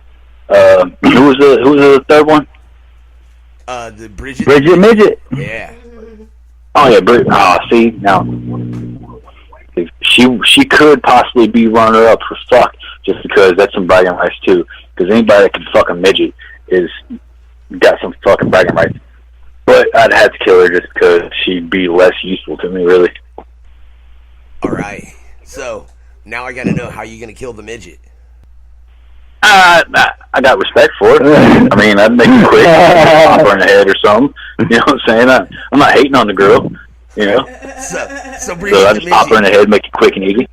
You get a good, quick, clean kill. That's always good to know. Honestly, then Fisty, you should probably break the neck. It would probably cause her the least amount of pain, just so you know. Now, God, look, I've interviewed Whitney Payton, and the fact that I'm about to ask this, Whitney, I hope you don't get pissed. Much love, for real. How you gonna fuck Whitney Payton? If you get Whitney Payton fucking pissed at me, man, me and you gonna have some. I mean, there's only one way too. I mean, that's gonna be doggy style all day. Maybe let her bend up against the fucking wall or something. I don't know. But yeah, I'm gonna hit that from the back and smack the ass while I'm at it. Dog, I hope I don't get Whitney Payton pissed at me. What the fuck are you talking about? I'm the one sitting here. See, I don't know, man. She goes to fight anybody. Eyes, man. I'm gonna want to look her in the eyes myself, because she got some beautiful eyes. Yo, dog, like I said, she's and I've met Whitney Payton quite a few times. She's actually on that 10-6 Quick album. What makes Whitney Payton, I mean, she's a very attractive girl, but what makes her beautiful is her personality. Whitney Payton and her whole fucking crew are some of the nicest fucking down-to-earth, coolest people you'll ever meet. So, that goes a long fucking way, and much respect to not just her, but her whole fucking crew, because they're all fucking super fucking dope people, you know what I mean? Hell yeah, dude. Like I said, I've actually interviewed her live, and I had on Supreme on, dude, and yeah, I agree, dude. They're fucking real, dude. Like, I mean, the moments my kid had with them, and just how real, you're right, dude. They're good fucking people, man. So why wouldn't you? I mean, why, man? Based on what you just said, dog, I think you might have wanted to wife that one if you really had the option. But that's just my opinion, right? If you ain't married, and shit. I would, yeah. That's network too, dog. Nah. Network shit. Forever. Whew. She's fucking around with Cuddy and all kinds of shit. You're breaking up on me. I can't hear what you're saying. Oh, I'm breaking up? Don't tell me that shit, god damn it. I know why. Look, I know why. It's because the more callers for some reason, the more callers I get on this, the shittier it sounds. And I don't know why. So, like I said... No, you're clear now. I can hear you now. I think you just got too excited. You started talking about Whitney Payton. Hey. Whatever. It happens. We get in trouble and shit. Shut up, Fisty. I'm married already. Look, we're switching topics, right? Here's what we're going to do. So we know what Fisty's got coming up, man. You got a lot of big shit coming up, dude. For real. You got some crazy shit coming up. But I want to switch this up. We're going to put you in some bit more bondage, right? Tighten this shit up, right? Gave you a couple tough questions as far as the Whitney whatever. That game we just did, I don't give a fuck what it was called, right? So we're going to do a couple other things, right? Let's say, like, I take your ass and I shove it in a box, right? Because I'm a dick like that, dog, sorry. And I'm going to ship you off to this island. On this island, dude, I've set up a couple things, right? Like, you got a nice crib, all that, pool, blah, blah, blah, blah. I got you a big-ass fucking TV, right? But I told you could take 3 fucking movies, and that's it, right? Alright, fuck CDs. I'm high as shit. You can have 3 fucking CDs, dog, and that's it, right? No mixtapes, nothing. Like some shit that's been published that you can grab. What are you taking with you? 3. That's it. Yeah. All right. First and foremost, Shangri-La. Nice. That is my all-time favorite album. Probably have to do. Damn, that's a tough one between Green Book and Freak Show. Ooh. I'd have to take. I'll go with Green Book. And my third would be the 10-6 Click album. Like, no bullshit. Hell yeah, dog. Hell yeah. You actually gave some of the most juggalo answers I think I've ever gotten, and also are the second artist that was like, fuck it, I'm going to take my own shit. And I agree, dude, for real. If I was in that situation, I'd take my own shit, right? But hey, Bullet, can you bond him up a little more for me? Yeah. Oh, you talking about, 3 movies, right? Oh, yeah. You can do that, or you can... I see, movies is my shit. Oh, well then no, let's do Movies that. is my shit. That's going to make him fucking think, Bullet, yeah. All right, then, yeah. You can only take 3 movies with you or TV shows. Series. What TV shows? Now, movies is my shit. I watch a movie before I listen to a fucking song. That is tough, though, because I got a lot of fucking movies I like. I gave you the best system that you can watch a film with. Be aware of that. At this house, dude, you've got a fucking 3D, fucking like 80-inch fucking, you know what I'm saying? Like, it's ridiculous with the sounds. Like, it's retarded, the setup you have. So keep that in mind. Alright. Nah, that doesn't even matter, man. It just comes down to... fuck it. I know which 3. First one's going to be Underworld, Rise of the Lycans. Because I love the Underworld shit, but Rise of the Lycans is my favorite because there's more werewolves and shit in it. Second one's going to be Tombstone. Which is a good one. Western type shit. The only Western I'll ever watch. We know what Tombstone is, yes, sir. Yeah. And the third one is going to be Finding Nemo. Oh, my shit! What? That's my shit! I want to take the same You heard shit. it right, motherfucker. You heard it right. Yeah. Finding Nemo. What? You damn right. That's my shit. That's fucking awesome, dog. I honestly ain't watched. So you're psyched about that sequel? Oh, yeah. You know, it's obviously not going to be as dope as Finding Nemo, but I'm sure it's going to be fucking dope. You know what I mean? Hell yeah. Funny story, man. Lord Infamous, my motherfucking homie, rest in peace. I went and picked him up, and I picked him up, and I got a van, and it's got, you know, a couple screens and shit in it. It's equipped for tour, and we was riding along from Memphis to Kentucky, and we had a couple shows coming up and everything, and the only fucking DVD I had in it was Finding Nemo, and he was like mad, like he was real kind of like pissed off, like, oh, you guys Finding Nemo? You got some fucking cartoon? And, like, you know, I started playing the shit, and we actually ended up watching it, like, twice because it took so long to get there. But, like, the first time, you know, he was all quiet and didn't really do 2 shits about it, and every once in a while I'd make some comment, like, you know, whatever. And then just towards the end of the first time, he's like, you know, we supposed to be some gangster rappers. We in here watching fucking cartoon shit. And, but by the second time, like, he started to watch it, and, like, I'd check up in the rear view, and that motherfucker would be back there laughing his ass off and just having a good fucking time, you know what I'm saying? And it's something that's always going to stick with me because obviously everybody knows Lord Infamous passed away not too long ago, and he was a homie of mine. But I missed the motherfucker, and he's a really cool dude.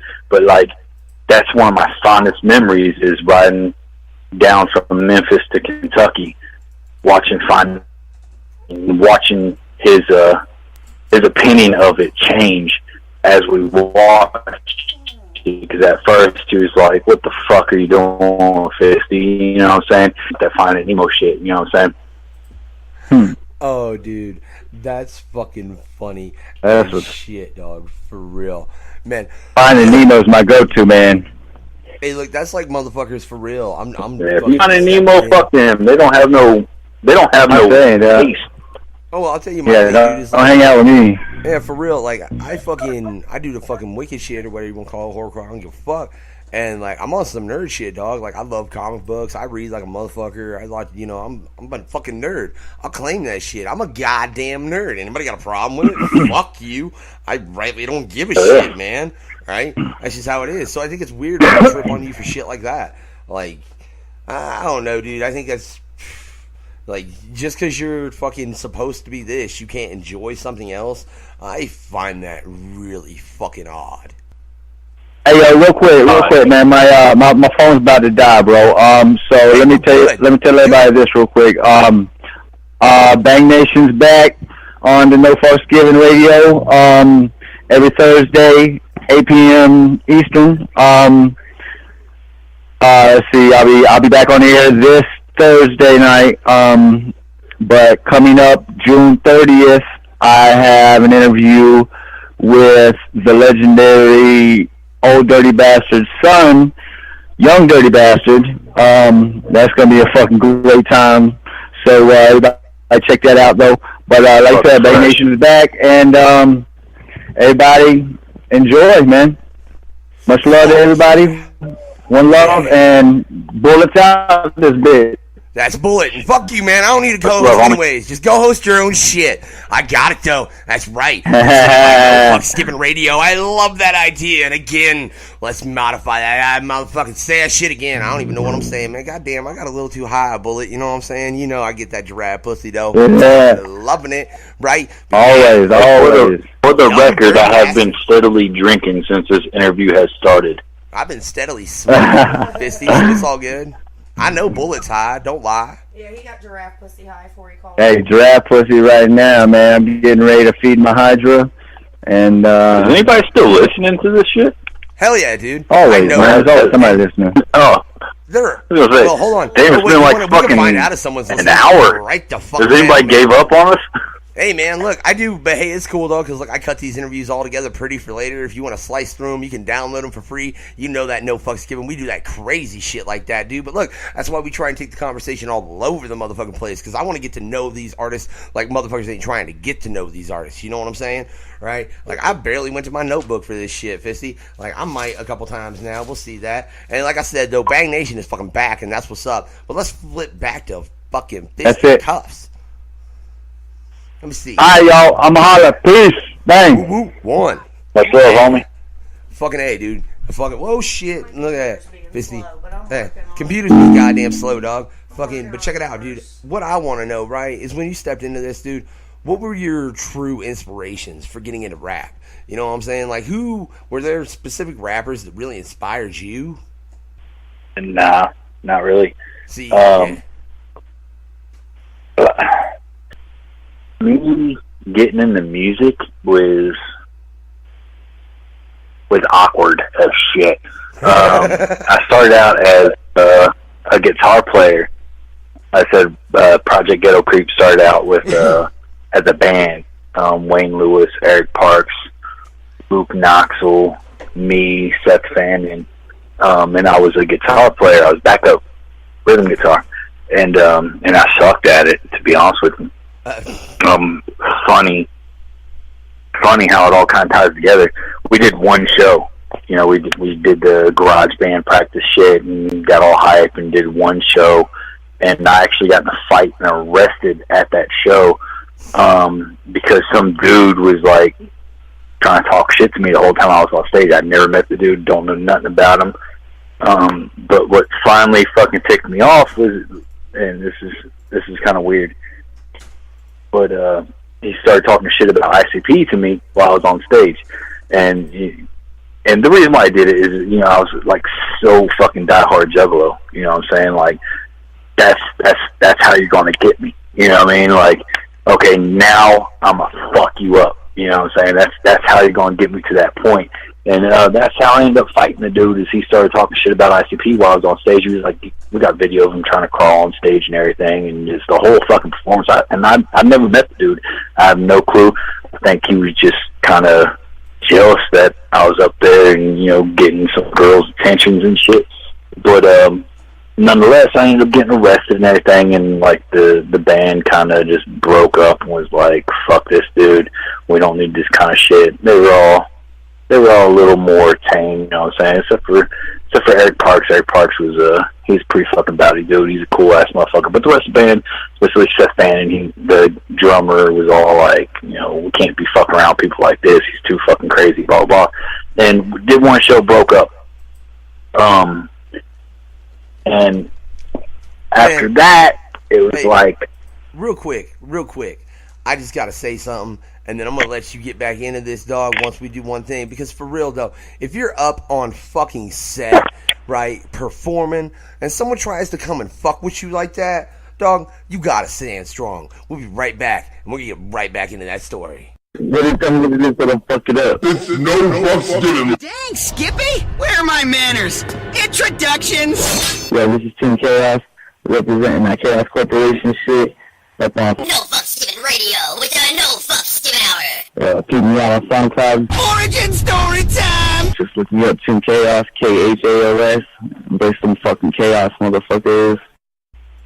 Yeah, we're back. No should fucking totally just like jump in about that pussy comment that you made. Oh, sorry. Are we live? Hey, man, don't be bringing that up. I told you I'm married, and she was out of the room when I said that. And then you're okay. Thank God my wife is just cool. My bag. Yeah, look at that. Talking about just because I was bringing up fucking. I ain't even gonna say that, man. I'm gonna get my ass kicked fucking by Supreme, and that's a different story altogether. Supreme, much goddamn love, but yo, what the fuck were we talking about, Fisty? Do you even remember? Event at the concert. Nope. The concert, dude, where fucking you were talking about how you initially got into it as a guitarist, and yeah, like where I mean. That band, and then where did you go from there, dude? Was it real quick into the click, or what's up? No, they kicked me out of the band. They thought I was too fucking rowdy or something. I don't fucking know. They kicked me out of the band, and nobody wanted to fuck with me. And I did actually suck at playing the guitar, so I don't have no grudges. And then I was like, well, maybe I can rap because obviously everybody can fucking rap. So I started rapping, and it started out as I'll do this and not care about it, but deep down inside I wanted it to work, you know what I mean? And I don't know how it did, because honestly I listened to some of the old shit and like it's so fucking fresh just because it's me and I'm listening to me and I understand what was going on. But if I was anybody else, I'd be like, this shit fucking sucks. You know what I mean?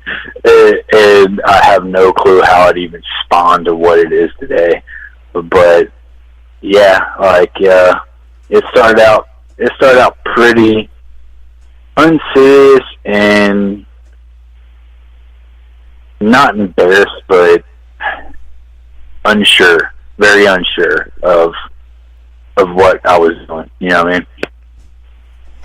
Yeah, dude, I get you. I mean, fucking, you've been doing this, like, so when did you pick up a pen? Like, how many years ago? The rap shit officially started in 2000. Me and my homie Steven Torres, Mr. Sickness, a.k.a. Mr. Sickness, officially started Project Ghetto Creep. And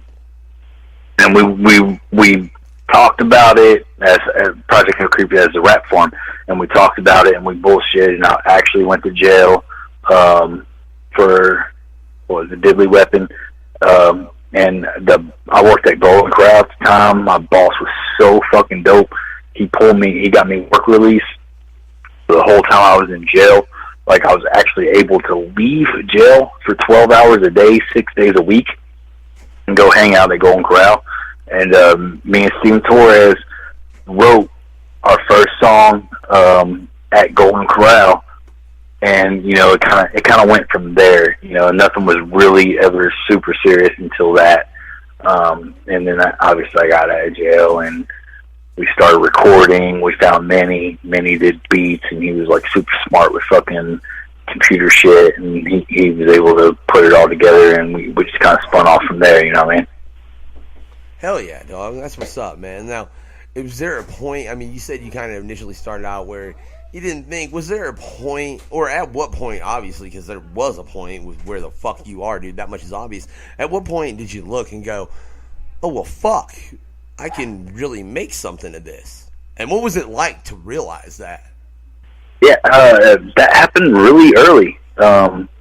In 2002, I was, super fucking young cat and no business smarts, you know what I mean? And that's the thing that a lot of artists, if there's any artists listening, like a big important part of your career is, first of all, you want to recognize it as a career. You got to look at it like a career and an investment, and you got to be smart business. Like you got to think about business. It's not about fucking talent and shit, man. So many fucking people can rap. Everybody can fucking rap. A lot of people can rap really fucking good. You know what I mean? So it's not really about talent. It's like how you gonna stand out, and even more how you handle your business. You know what I mean? So we started fucking around with some music, and like I said, we did 106 Blood Moons in 2002, and it got so much attention that record labels were asking us to come to meetings and shit, you know what I mean? And we were so didn't give a fuck, no fucks given, you know what I mean? Like, we didn't give a fuck about them guys. We were like, and honestly, we were straight up juggalos. We were like, well, fuck you, Jive. You ain't psychopathic. You know what I mean? Fuck out of here. So we didn't give a fuck. And it was possibly a mistake, but I don't give a fuck at the same time. So, but we seen so many shit, like this dude, Steve, he was management of something.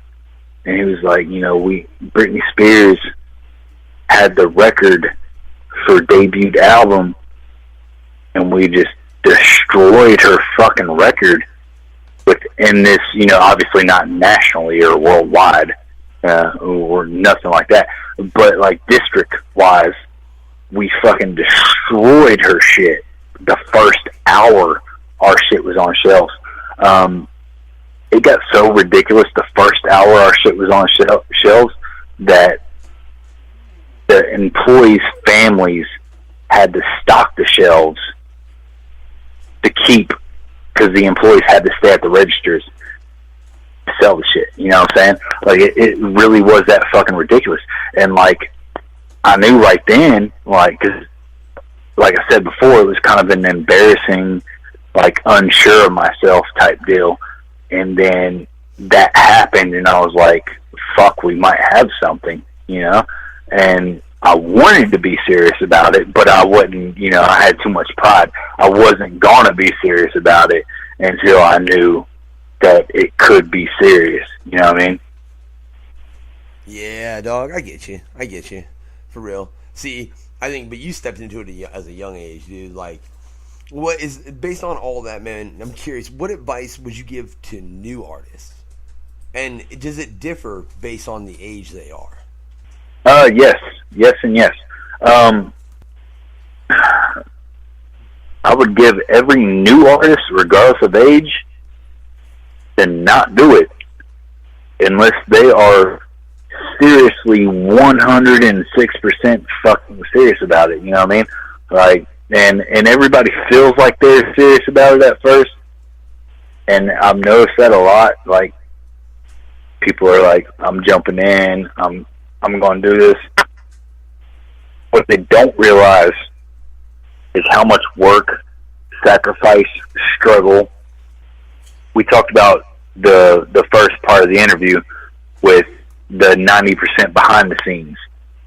Motherfuckers can't do that. There is so much behind the scenes. And, like, straight up, you're not going to fucking make it.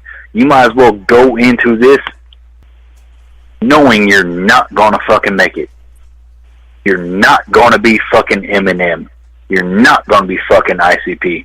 You're not going to be fucking Twisted. You are not going to fucking make it. Some of the people that you think are rich as shit aren't doing anything. they are doing less than you would if you had a factory job full time, because the genre is so fucking saturated. It's really fucking hard. If you don't, here's my thing. If you call yourself a rapper, you're not going to make it. If you consider yourself a musician, then you have a fucking chance, because you're looking at it from a different perspective. Because anybody can fucking rap. But this is an art. This is music. Well, you're a musician. Yeah, dude, I have to just ask a question based on that, though. Right? Go ahead. What if you don't consider yourself either of those things? What if you consider yourself an entertainer? I mean, there's lots of different forms of entertainment. What do you mean? I just mean just to entertain, just to take and make it more what it used to be. Put on a show, but to put on a show that has a deeper message within it, you know, like art used to be. I mean, entertainment in that aspect. I mean, Mike Busey's an entertainer. I agree, but I mean, you can be an entertainer and rap or be a musician. You know, it depends on what your focus is, I guess. You know what I mean? Well, are you focusing? Are you focusing on the music, or are you focusing on the entertainment? I do know my true focus lies in nothing other than that, honestly, Fisty. It's just, and it's slightly annoying right now, dude, because look, I got shit written. The only reason I'm not recording it is because I've got a teeth issue, right? I'll be straightforward about that. I don't give a fuck, right? It's gonna get fixed. Yeah, we talked about this. Yeah, you know what I'm saying? Yeah, we had a conversation about this shit, dude. We did, actually, yeah. So I'm not recording anything until my teeth are right, because I'm not trying to sound like that, because that's not how my shit sounds. It's just the fact that, hey man, the system sucks and it don't work, and that's just the goddamn truth of it. Otherwise, you know, my teeth wouldn't be fucked. There wouldn't be nobody homeless. Walmart wouldn't be fucking getting tax breaks from other people's goddamn money. I mean, we could go into that shit all fucking day, right? You know, so I mean, that's just some shit. Like, in the long run, though, I am totally focused on my music. It's just the fact I'm having to wait for that, you know. And I love doing the radio in the aspect, though, as far as just to get other underground music out there, man, to, like, all levels, you know, regardless of who it is. Because I love the underground, dog, like, as a whole. And I always have. And I look at it, and you're right, dude. There is a lot of oversaturation, like, and I don't give a fuck, catch heat, whatever. There's a lot of shitty rappers out there that just don't know what the fuck they're doing. And a lot of them that just want to be like, yo, I got a body in the basement. And fucking chop. And, like, that's all they really do. And there's no context or story within it. And I think that's part of the problem. Yeah, I mean, that kind of comes back to religion. It's just your own personal opinion of it. You know what I mean?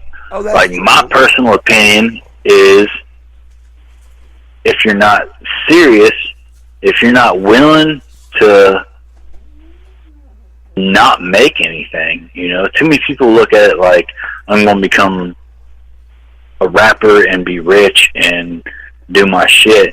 Like, 99% of artists, period, don't fucking make profit, you know. They fund their own shit, but they love music, and it's a part of inside of you that makes you that musician. Something that, you know, because everybody can.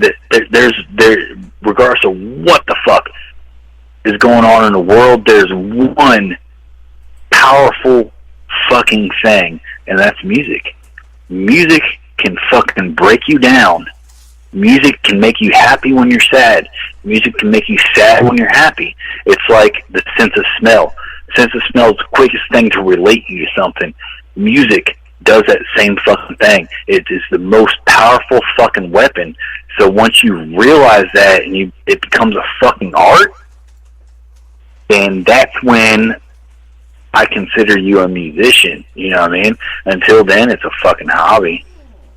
Hell yeah, dog. I actually get you on that. And that's why I think me and you actually discussed this on the phone call. I can't remember as far as when I was talking about my teeth. Like, because I've been writing like a motherfucker because I can't record, which is fucking frustrating as fuck, but that's a different point. Especially based on the fact of everything I invested in and then I had this happen.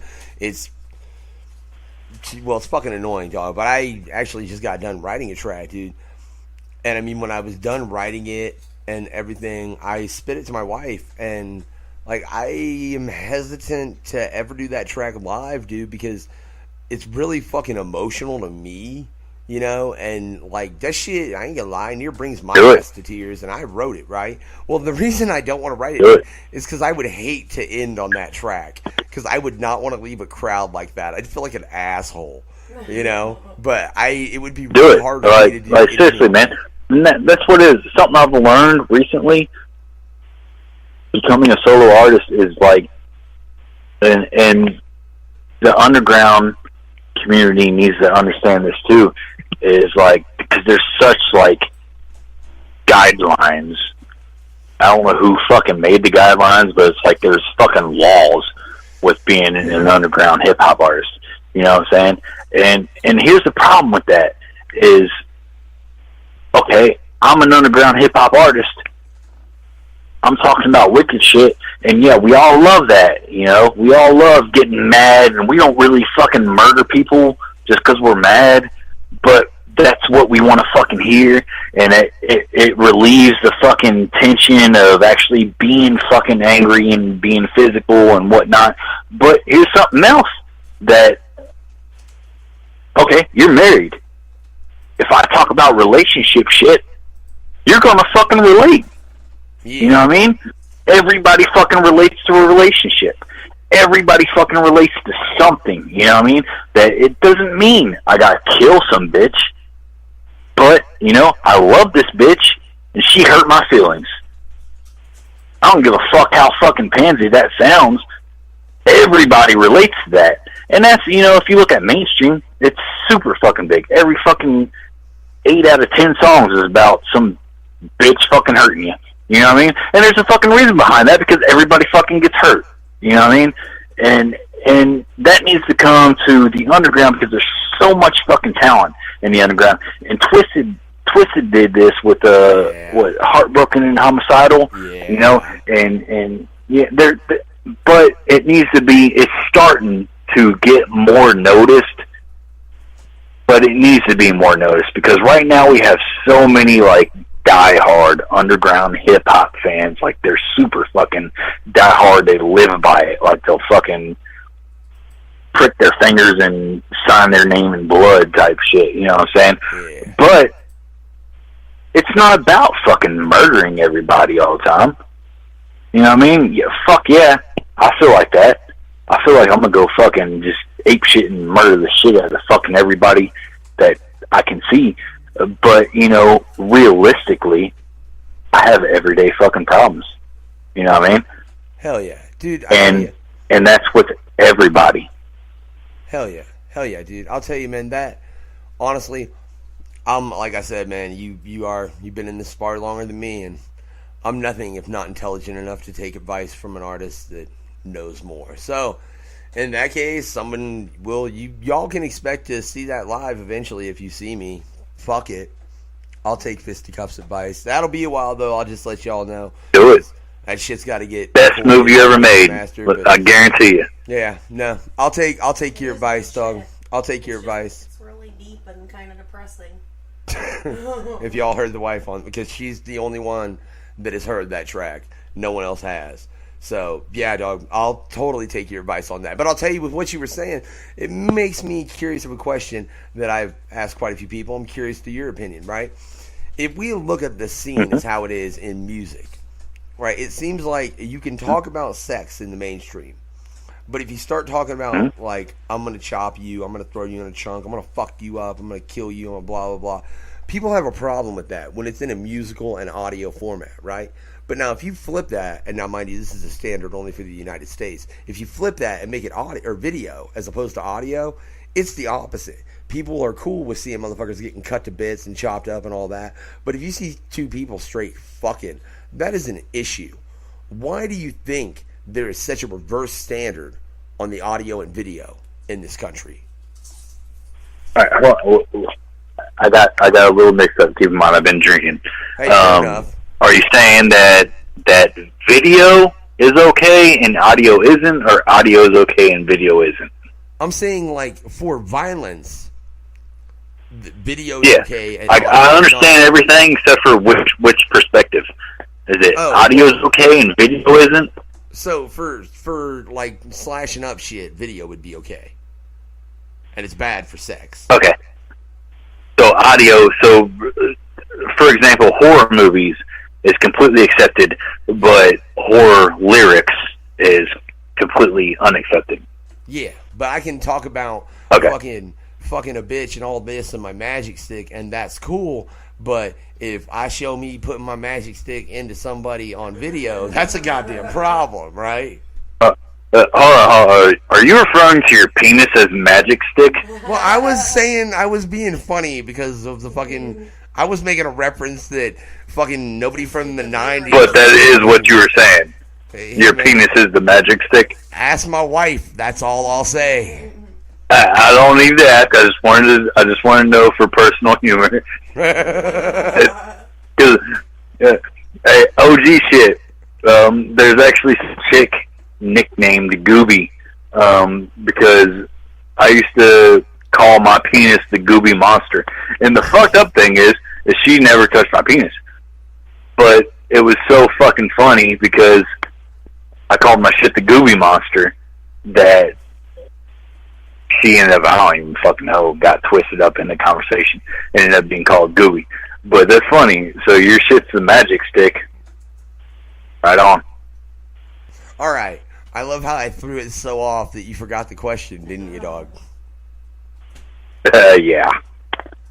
With the, like, why is horrorcore accepted and horror movies aren't? But fucking sexual talk on radio is accepted, but fucking porn isn't. That's ostensibly what it boils down to. My honest opinion is the exposure. Horror movies have been accepted. Okay, let's look at it from the gay point of view. Gay people, they were completely unaccepted 5 years ago. Now they're being introduced as accepted, and slowly, nobody bats an eye at it. Well, wait. Although, wait. No. You say that, but motherfucking ISIS just shot up a gay bar. Apparently, I don't know what the fucking. That ain't very acceptable. But that doesn't count. That doesn't count because we don't know what the fuck happened there. Yeah. You know, that could have been some United States shit. ISIS claiming some shit. I don't know what the fuck happened there, so that shit doesn't count. Now, God. You know, if we want to talk about facts, then we can't fucking count that shit. This is true. But I'm saying, let me ask you this, and be honest, no fucks given. When I say this gay dude, what's the first thing you think of? Oh, well, I mean, fucking, like, all the shit that's been represented on TV, ostensibly, some dude, like, in a fucking tank top going, hello, you know? Yeah, dog. Oh, no, the first thing I'm thinking of is some dude getting fucked up the ass. Oh, like, well. As soon as you say gay dude, I'm thinking some guy getting fucked up the ass. And, you know, that's a product of society. You know what I mean? I don't have no fucking problem with gay people. I'm not getting fucked up the ass. And honestly, I know a lot of gay people, and they're very respectful to what I'm comfortable with, as long as I'm respectful to what they're comfortable with. You know what I'm saying? Like, I don't hang out with gay people, and they pressure me into being gay. You know what I'm saying? They're completely respectful. No, but that's religion. At the same time, as soon as somebody says gay, I'm like, dude, up the ass. Like, that's the first thing that pops in my head. See, now, when you say it's, And now I can see that, and I can see, honestly, like, if somebody introduced me to a gay dude, the first thing that goes through my mind is going to be, man, he takes it up the ass. Like, that's my first mind if you introduce me to a gay man. But if you say gay man, I just have the thought of a typical, like, what fucking Hollywood and all the fucking TV has produced as a gay man, typically. You know what I'm saying? But yeah, if you introduce me to one, the first thing I think is, goddamn, he takes it up the ass. That's a terrible. And that's just true. I mean, and it's all based on the society we were raised in. You know what I mean? Yeah, because you know what? One night, hopefully everybody's going to wake the fuck up in this country and realize that it's all some bullshit. We'll be right back, y'all. Hey, what's up? This is the No Fucks Given Hour again. I am the Unknown Factor. We're still hanging around. I hope you're hanging around with us, man. Fucking, I know we run long, talking about No Fucks Given Hour and on like God knows however, but fuck it, right? We still got 50 cuss in the motherfucking house. But look, we got a special guest. Oh shit. Who's talking with us? Me? No, your kid. Oh, he done said, fuck y'all on dip, homie. Oh, shit. He dipped out a minute ago. That's funny as fuck, man. The kiddo wanted to get live on the air. We was going to let him do it because, you know, we don't give a fuck over here, man. You know, you heard my kid live on the air, whatever, and I'm down to let 50 Cubs fucking kid jump and give a little shout out. That'd be dope as fuck, but fuck it then. He all was like, man, y'all take too damn long because sometimes we do. That's why it's called the No Fucks Given Hour that runs for however the fuck I feel like. Right? So we gonna get silly, right? And man, you better give me some dumbass answers to these questions, Fisty Cups. That's funny as hell to answer fucking ask for dumbass answers. I love it, right? But I want to know, dog, why am I sticky? Are you sticky? Why am I sticky? Why am I sticky? I don't understand. Sticky?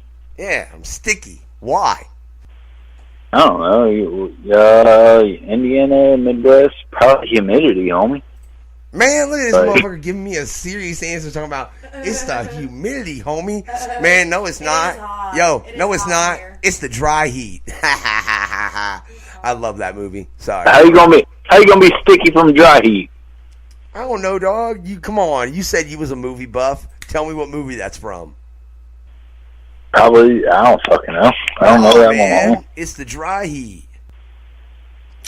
Aw, you must not like the Alien films, huh? Oh, no. I mean, I do. You gotta keep in mind, I probably watch like 3 movies a day. Damn. How the fuck? Like, I for real love watching movies. Do what? I have time for that. I mean, when I'm not doing shit, it's only like 6 hours. Watch anything good recently? We went and watched Warcraft today, me and my little boy. I don't know shit about Warcraft. It wasn't too bad. Went and watched Ninja Turtles at the movie. I wasn't too happy about it. It kind of sucked. Really? See, I was hoping because they got a Rocksteady and fucking shit. I was hoping same shit, man. They didn't do them right? No, it was just too cheesy. I don't know. It was like the movies have been more serious, and I just felt like it was too cheesy. I don't know.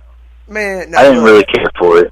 Hold up. Now, I just got it, because that was everyone's complaint with the first one as well, is that it was too cheesy. Dog, come on. Now, it's not like they're going to do the Ninja Turtles the first one. Comics. Oh, you did? See, because I heard a lot of people say it was just too cheesy, right? And I think that was always the thing with the Ninja Turtles, dog. They were fucking cheesy. You know what I'm saying? Yeah, there's a line, though, you know? Yeah, like, see, I like the first one. Yeah, I haven't seen it. And based on the fact that you say you liked the first one, that makes me kind of interested to see it, in all honesty, man. Because, yeah, if you like the first one, that's the judgment you're making. I mean, God, what fucking line did they cross?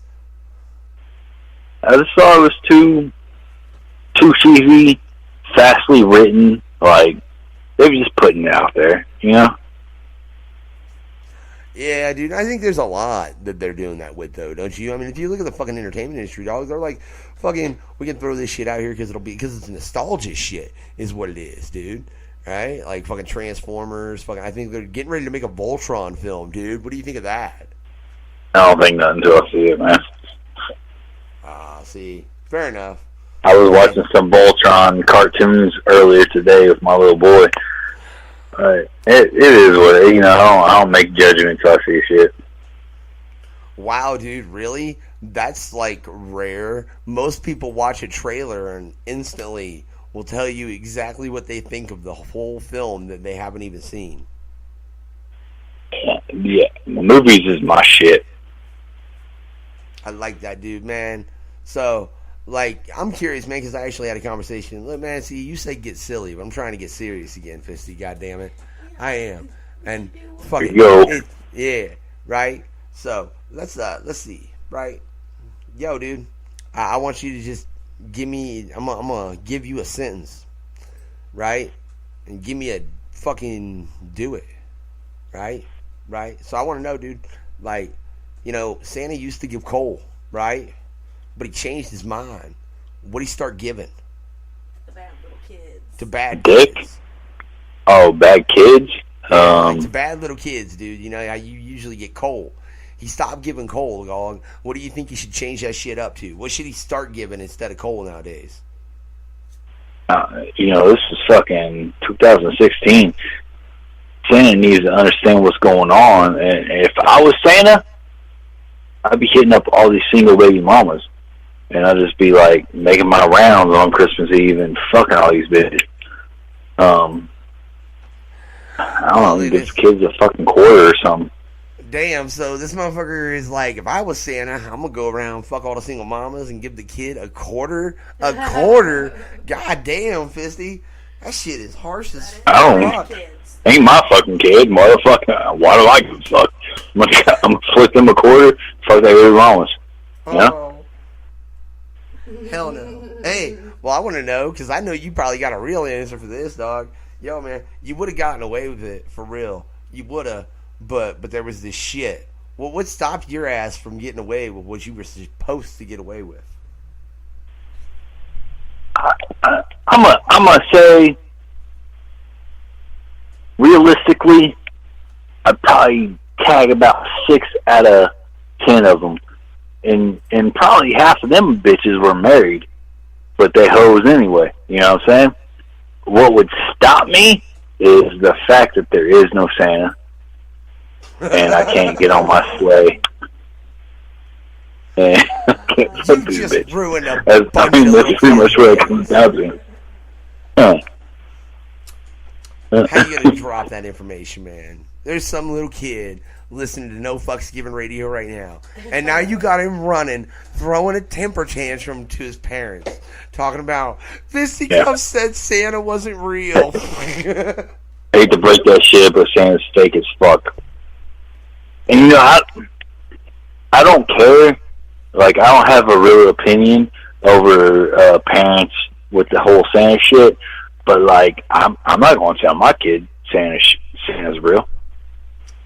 Dude, like, not at all. Have told ours. Yeah, I wish we wouldn't have told ours, to be real honest, because it's that whole thing of why the fuck.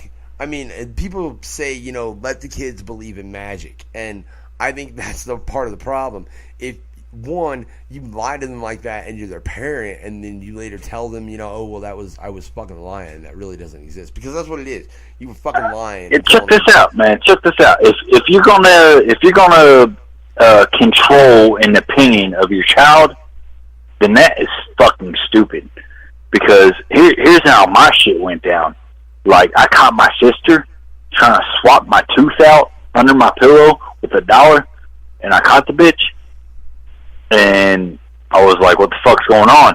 And I hit my mom. I was like, what the fuck's going on? And she's like, there is no tooth fairy, and no Santa, and no fucking whatever, Easter bunny. You know what I'm saying? And I was like, well, fuck, is Jesus real? You know what I'm saying? Like, how the fuck can you trust anything? Because that's all fictional after that point. Like, okay, if I was raised to believe Jesus was real, but Tooth Fairy, Santa Claus, and all that other shit was fake, then that'd be different. But, like, as far as I'm concerned, all of them motherfuckers are on the same fucking level. You know what I mean? Hell yeah, dog. No, I totally fucking agree with you in that, for real. And I think I don't understand why we as a society don't fucking figure that shit out. You know what I'm saying? You sit there and like tell motherfuckers dragons are real, you know, and so is all this other shit. Well, when they figure out dragons aren't real, they ain't gonna believe you on shit else you said. Yeah, I mean, if you're gonna be realistic about it. Yeah, I don't get that, you know, but fucking, I think we are a society that has done nothing more than try to pull wool over one of those eyes, right? So I want to know on that note, dog, right? The CNA, man, they now interrogate enemy agents, repeatedly subjecting them to, like, what is the CIA started using, huh? Right? The CIA started using some new shit to interrogate motherfuckers. Man, and I know you know, Fisty, so tell me. I'm pretty sure whatever you're talking about is probably not new shit. It's probably old, but I don't really know what you're getting to on it. No, look, man, I'm telling you, I know you got the inside info on what the CIA started to use interrogating motherfuckers, right? Because I know. How do you know that I have the inside info? Like, you're saying I've been interrogated by the CIA? No, man, I'm saying you're with Anonymous. You think I'm with Anonymous? No, I'm just fucking with you. If I was with Anonymous, would I be allowed to say I was with Anonymous? I don't know. You know, that's my question. Like, if somebody approaches you from Anonymous, how the fuck do you really know they're Anonymous when they say they're Anonymous? It's like, doesn't that defy the fucking point of Anonymous? I'm really confused. Like, how would you ever truly verify that? Yeah. Right, but hey, no, fuck that, Fisty. I know. Honestly, I think Anonymous is more and more incorporated with the government. The more I see shit, that would be frightening, for real. It would. Hey, it really would be. Hey, I want to tell you, Fisty. You want to know what they're using? I know what they're using. You want to know what to live by? No, don't trust fucking nobody. I know what the CIA is using to interrogate people, like enemy agents. I know what they started using. You want to know? What? Juggalos, dude. They just let juggalos, like a group of them, torment the fuck out of that motherfucker because we're nuts. You hear me? And we'll get a motherfucker to say what the fuck he needs to say. Now, oh god, there's so many fucking branches on this conversation. It's so ridiculous. I don't want to turn this into a juggalo interview because I do not consider myself a juggalo artist. I do not consider myself a juggalo artist. And I will say that, and I will stand by it. And I don't give a fuck what the fuck happens in my career. I will always say I'm a fucking juggalo. So regardless of whatever the fuck happens, whoever the fuck signs me, whatever fuck money's being transferred, I will fucking say, and I will fucking stand by, I'm a fucking juggalo. Now, hey, but I'm not a fucking juggalo artist. Oh, say, no, wait. I gotta ask, though, right? Because I agree with that in every aspect, but there's one label that if I got signed to, I might have to be like, all right, I can see the point, all right? But I never would beforehand, just personally, but I think when you're attached to that label, it makes it that at the level that... Yeah. I'm pretty sure you're talking about psychopathic. Well, yeah, don't talk about the motherfucking hatchet. You're kind of connected to it after that. But at the same time, if you sign the Magic Ninja Entertainment, would you not be considered a juggalo artist? Man, would you not? I mean, let's just be realistic. Okay. Would you not? Here's the thing, dude. And the only reason I say I would never consider myself a juggalo artist, like I said, unless I got signed to Psychopathic fucking Records. And that's because that's where it started. That's where juggalos fucking came from. That's where it was. And that's just my opinion, you know? And I respect the fuck out of what Twisted's doing, for real. I mean, I respect the fuck out of what you're doing and Scum's doing. All this shit, dude. It's a mad goddamn grind.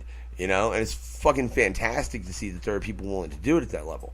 But as far as considering yourself a juggalo artist, I really think the only juggalo artists are the ones that have at some point been on that label at least.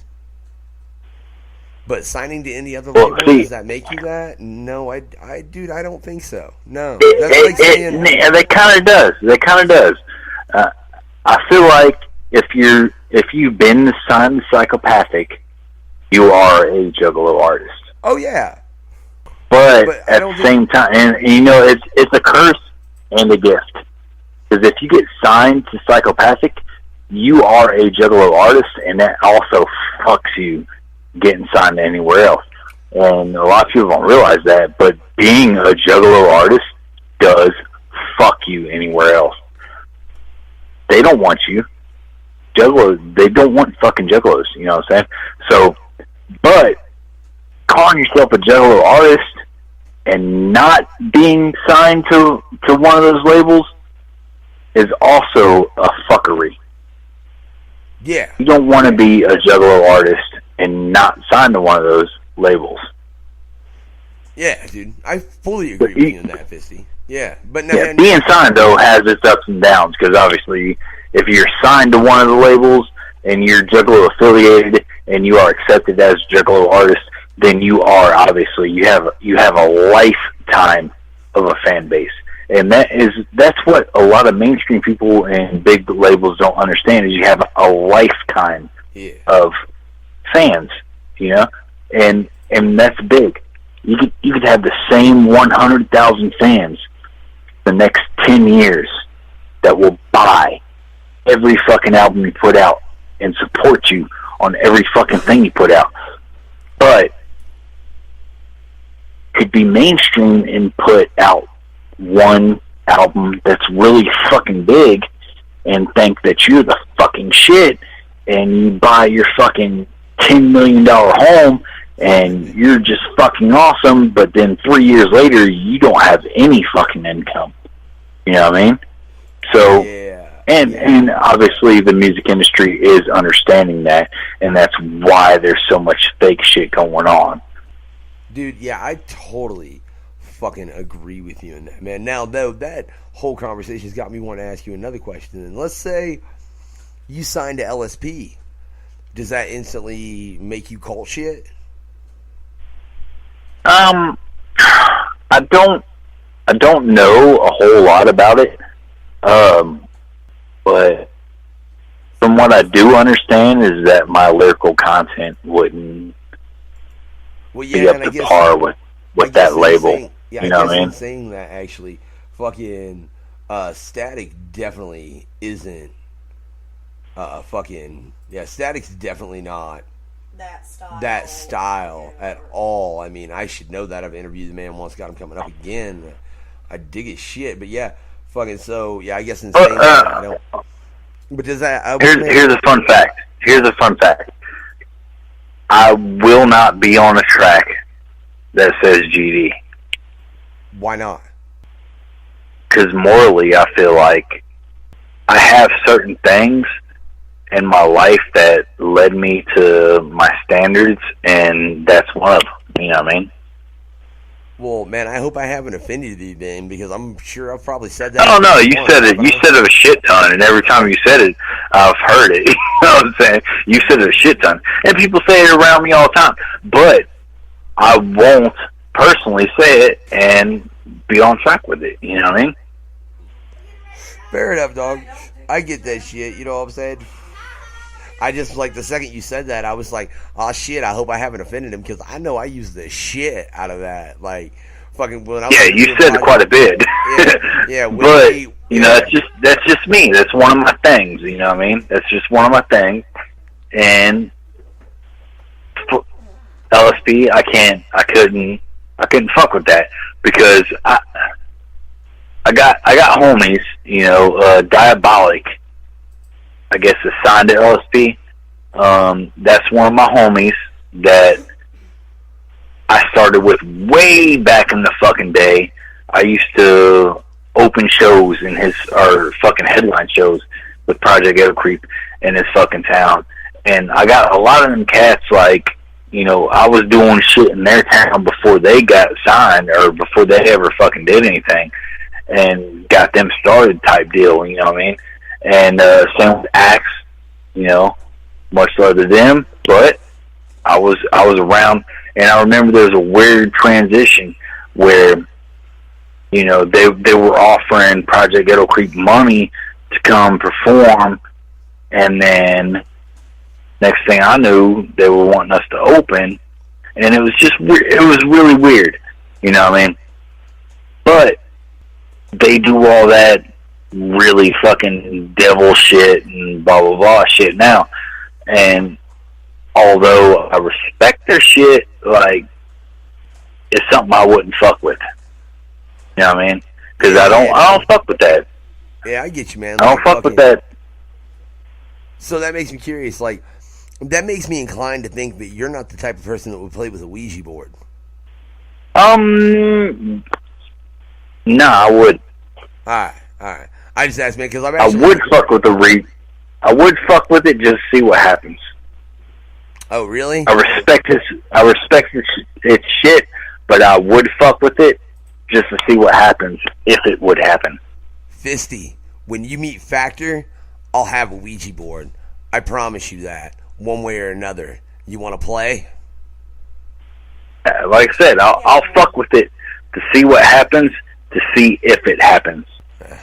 Well, I'll tell you what right now. I'm announcing this shit right now. The second I get with fisticuffs and we're in the same area together and I got a motherfucking Ouija board, there's going to be a live stream. I don't give a fuck. I'm going to set my camera up. We're going to light some crazy shit. You down with drawing a pentagram or you not down with taking it to that level? I'm just curious. Alright, do whatever, homie. I'm not scared of offending. I mean, we all going to live. We all going to fucking die. You know what I'm saying?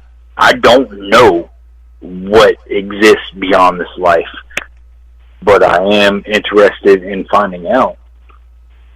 Hell yeah. Hey, dude, I'll tell you what, man. This has been a fucking dope-ass interview, dude, but I have got to make sure I get a drop from you before my dumb, stoned ass forgets, and you're too drunk to do it, because we're all over here getting fucked up, loving it, right? You know what I'm saying, dude? Just give me a little drop, though, dog, like, yo, this is Fisticuffs on fucking No Fucks Given Radio, or on the No Fucks Given Hour with the Unknown Factor, and then say where to get your shit.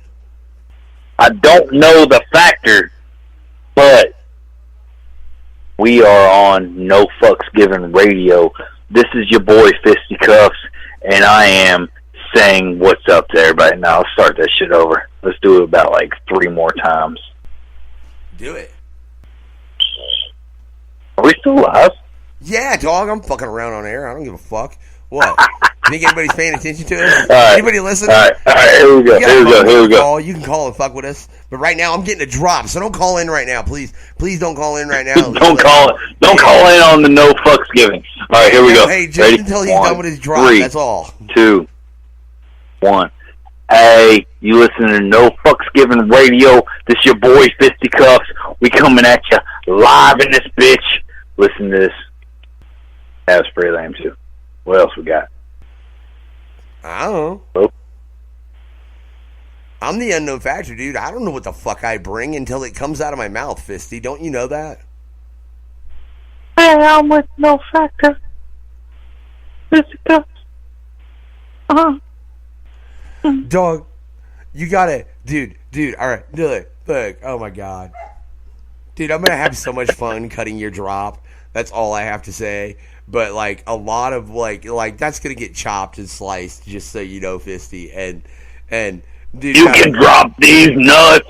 This is Fisticuffs. No Fucks Given Radio. Listen to this shit.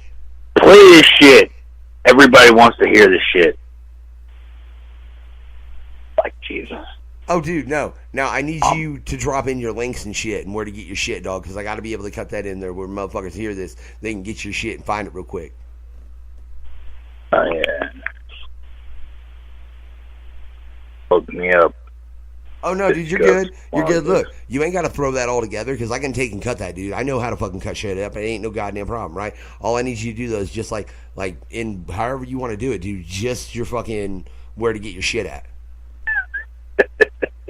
I'm just fucking with you, only. All right, tell me when.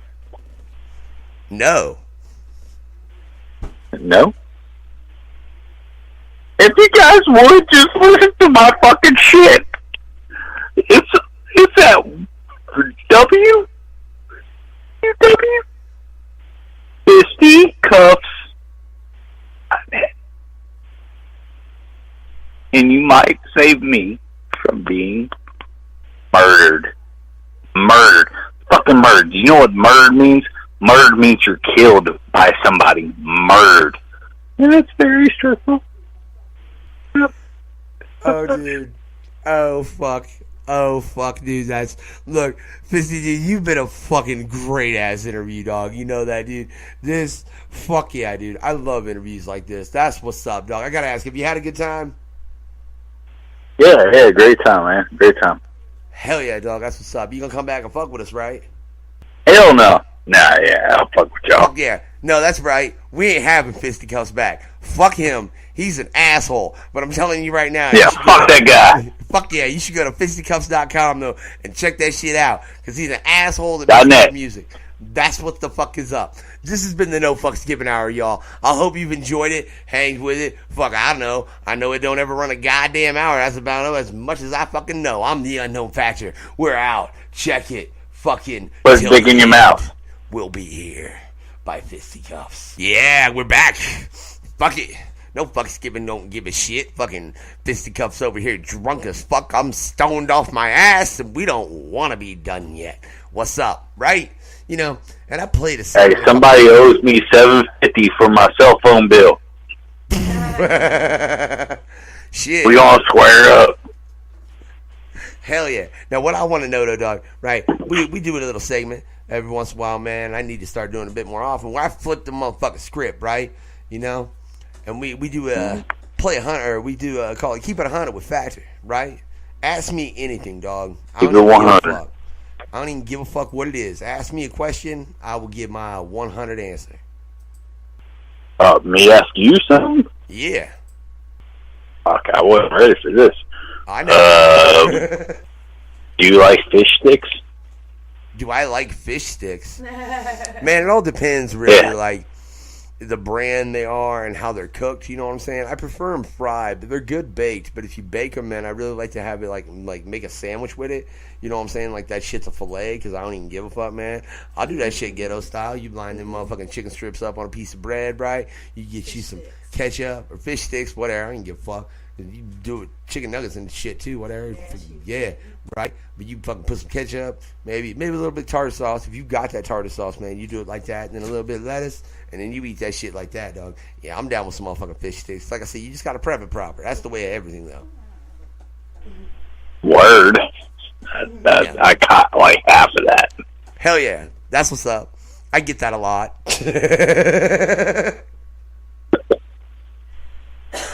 Terrible fact is, dude, I really do, right? My wife's just handing me random shit to ask you, dog, right? I expect some dumbass answers. You hear me? You're drunk.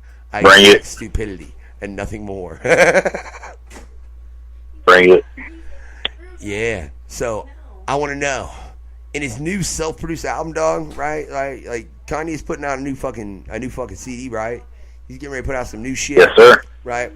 But he decided not to do some normal shit, right? He didn't want to just like fucking do it over some regular rap beats, man. He went weird, dude. What'd he do? I wouldn't say weird, man. I went real.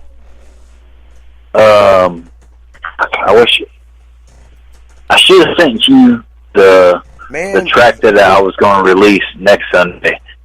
First the off, preview tonight. I just love it. This motherfucker is drunk, right? He is so drunk that he didn't even get the question, Fisty, and that's awesome. So I just gotta know, dude, what's the wildest drunk escapade you ever had? Obviously, I don't remember. Oh, man, you gotta have had bits and pieces of story related to, you know what I'm saying? The one from the gathering was pretty goddamn bad, dog. You ain't got nothing else like that? Oh my god, dude! Like, on No Fucks Given Radio. if you wanna weigh riches with memories, I'm the richest fucking dude there is. Like, my life has been fucking awesome. I couldn't even fucking begin. Like, help me narrow it down with. Right. Well, I'm going to give you the start. Subject. Yeah, I'm going to give you the start of a story, and I'm assuming you're going to have something that goes kind of to this because I'm going to. I will probably have something that goes with it. Yeah, I just want you to run with it, right? So check it. You know, we were chilling at the bar this one time, and I was getting fucked up, man, and I almost winded up in jail because this one motherfucker.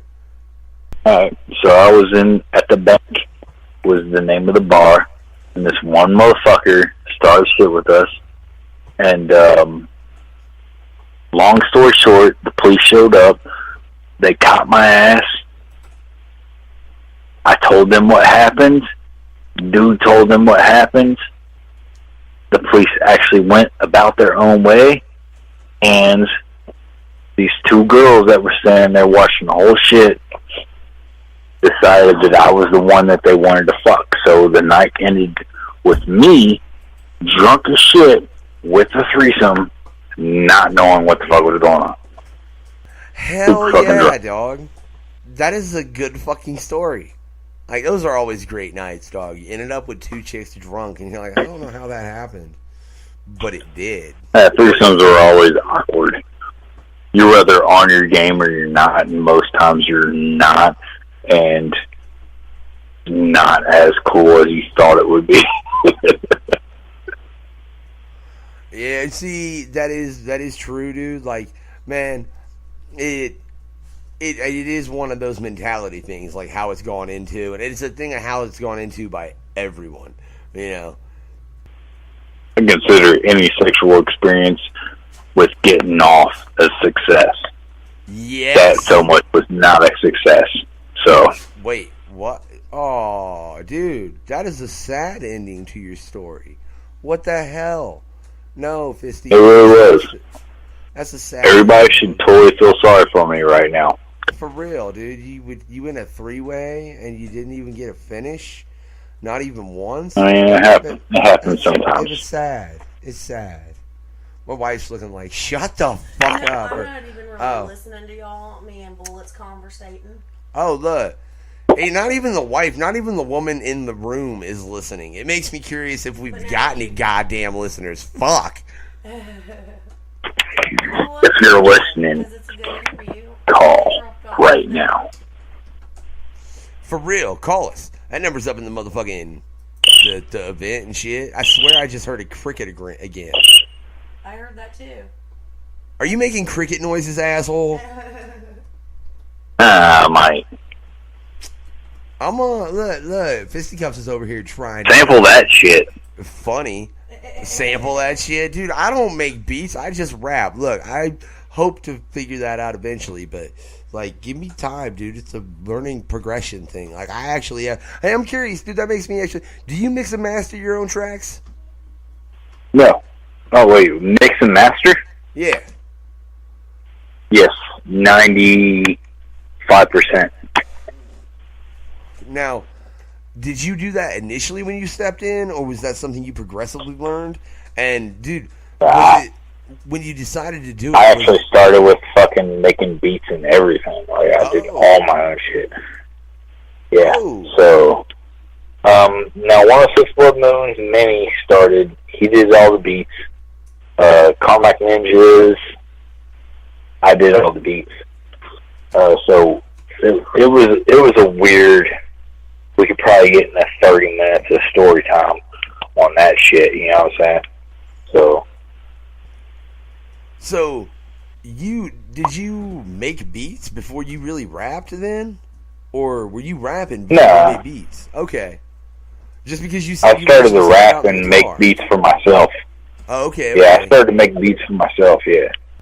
Like, what made you take it like that? I'm curious. Like, what made you be like, fuck it, I'm going to make my own beats? Same thing with everything, man. Like, I try to be as independent as possible.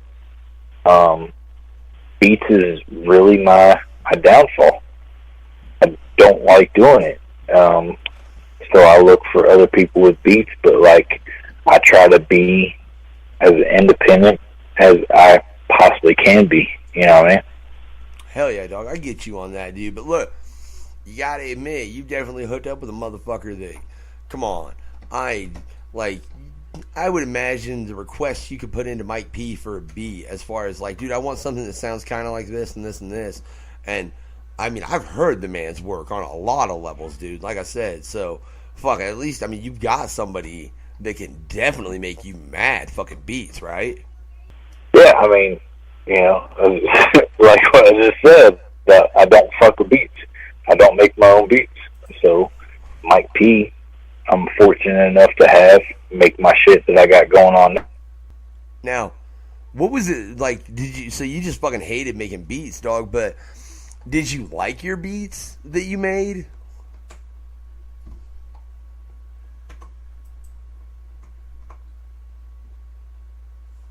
Fisty. Did Fisty just drunk pass out on me? I think he did. No, we got disconnected. Oh, god damn it. Check it out. I got disconnected for a minute over some bullshit.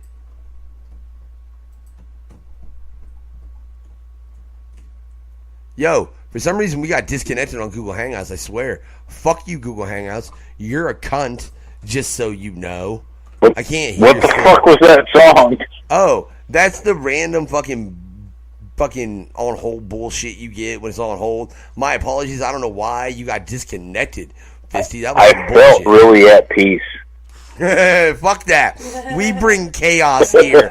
I don't want peace, god damn it. Fuck that shit. This world doesn't need peace, dog. Look at it. Suddenly I was happy with life. And all was good. Well, let me just fuck with your head a little bit. I want to know, if you had the world in your hand, as far as just you had full control, what would you do? Like, what would you do to change this world, man? What 3 actions? I'll give you 3. 3's a good number. Talking about 3 ways and shit. What do you think I could do to change the world?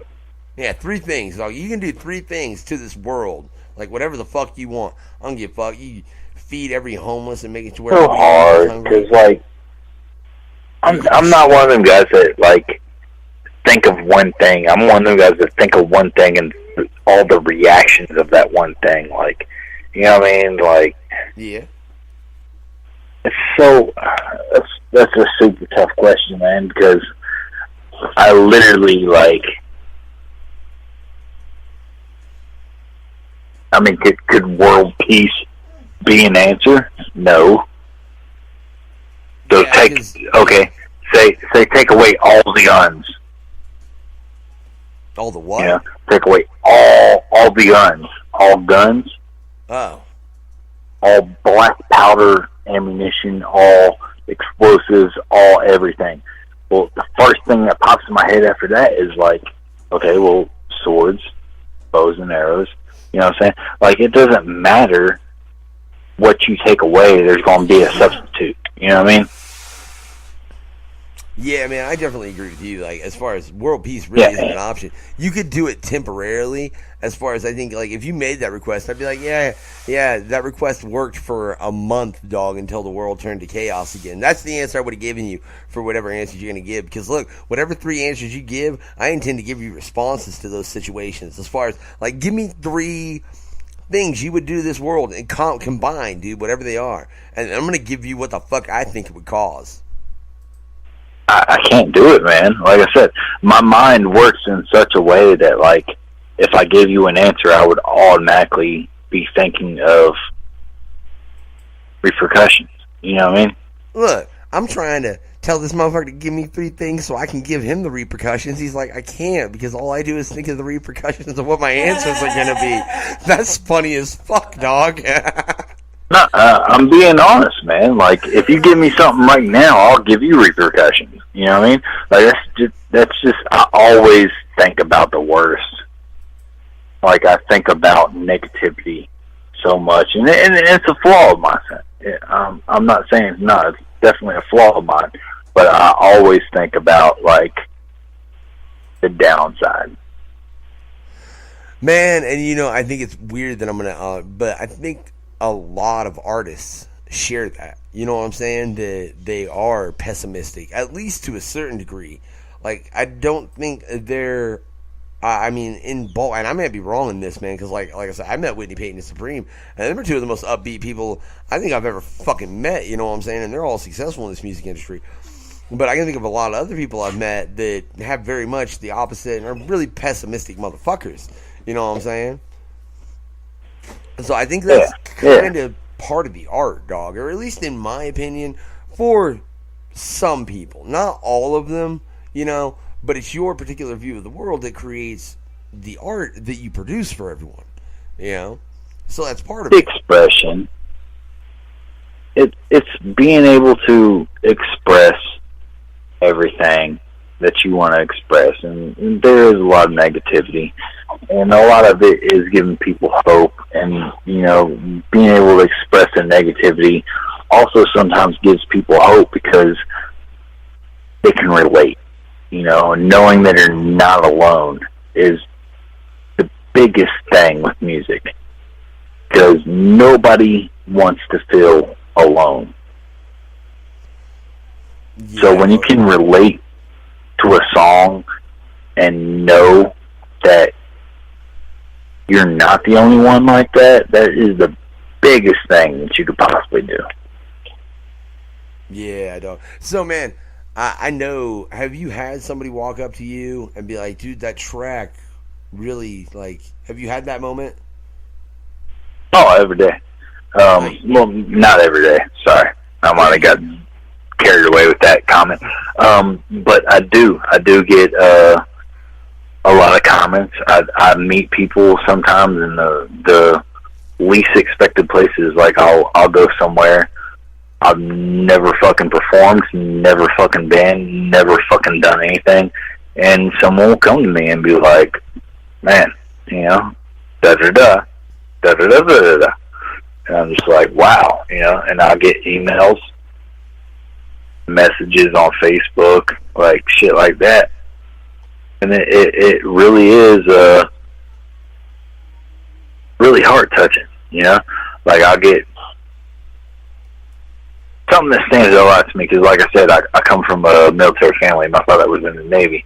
So when I get people in the military, and this hasn't happened in a while, but when like that shit was really big, and we had soldiers overseas and fighting terror and everything, you know, I'd have random emails and shit, and people would be like, you know, this song got me through this, and your music got me through this, and, you know, that is powerful.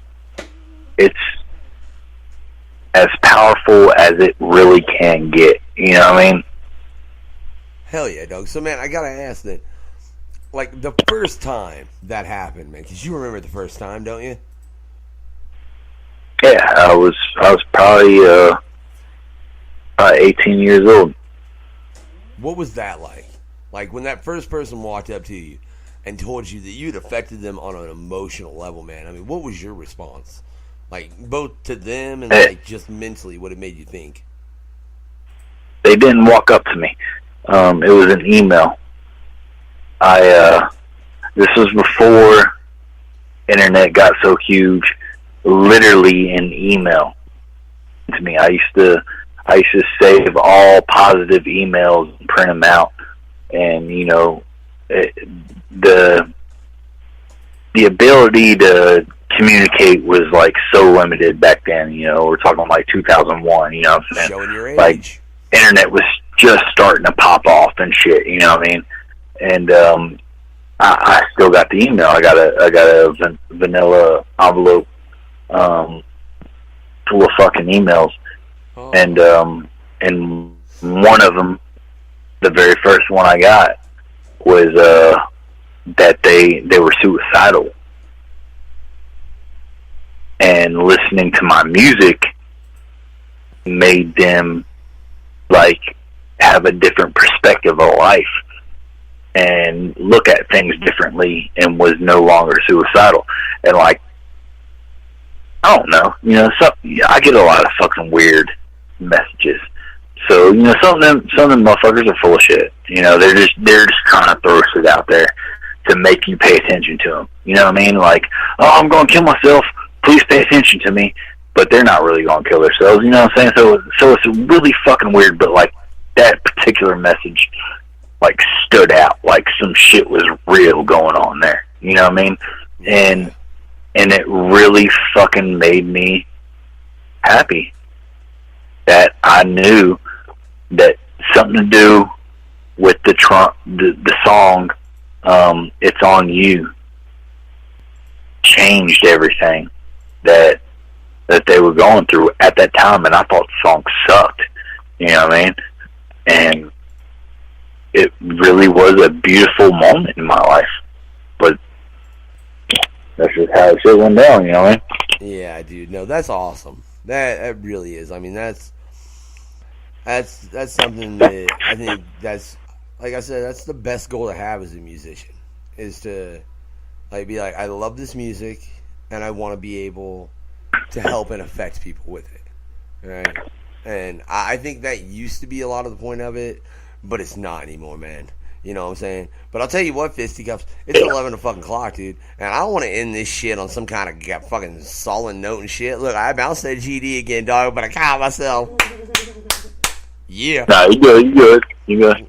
No, I'm not. Each their own, homie. No, Fisty. Just like I tell everyone else, dude, I am not good. I'm not. I'd like to be able to claim that, but the world has done something else. So it's okay. I don't fucking mind. I just am who I am, and I'll be who I be. I'm the unknown factor. Everybody's got a problem with that. I ain't fucking hard to see. That's what's up, right? I'm going to ask one more thing, though, dog. I want to fucking wrap this interview up, but I want to wrap it up on some shit, Fisty. Right? What do you think about busting some bars just live, on air? Just fucking freestyle some shit. I don't give a fuck. You asked me to freestyle? Drunk as shit. That's right. I'm putting you on the spot again. Check it out. I'm not much of a freestylist, but there is a particular verse that I very much fucking love, and it's very underrated. I'll spit that shit. Doctor says I got issues. Anger management that I need to try to get through. The only problem is that I have to want to spit through. Actually, I can't. I'm too fucking drunk, homie. I waited too long for the man to freestyle. He done acted like he done been on stage and it's time to party. But fuck it. That's right, folks. It is. Check it. I love it. I always be putting people on the spot, and you know that. Yo, Fisticuffs, dog, this has been a dope fucking interview. Anyone still checking this shit out, I'm telling you right now, man, you'll be able to check this shit out later. Free download. Have that whole motherfucker up on that bitch, right? This has been some dope shit. Fisticuffs is the shit. You need to check that shit out, and I'm going to bug this motherfucker about getting me some more motherfucking music so I can get that shit up in rotation, right? So where you can just click and be like, hell yeah, Fisticuffs. That's what's up. All kinds of other shit up on there too. And I'm telling you, I'm going to bug Fisticuffs because I know he knows some artists that I don't. And, you know, I'm looking for dope shit. What about y'all? Check it. NoFucksGivenRadio.com. This has been the night. Fisticuffs, you want to end it with any shout outs, dog? Yeah. Is anybody trying to call in? Where's them motherfuckers at? We did not get any call-ins, but people have been listening. I was just in the event page, and people were on all them. Aliens and dragons, and yeah, there's some comments in there. People was digging the shit. They was listening. So hell yeah, man. I appreciate everyone tuning in. I real quickly just want to give that shout out for everybody tuning in and that made comments.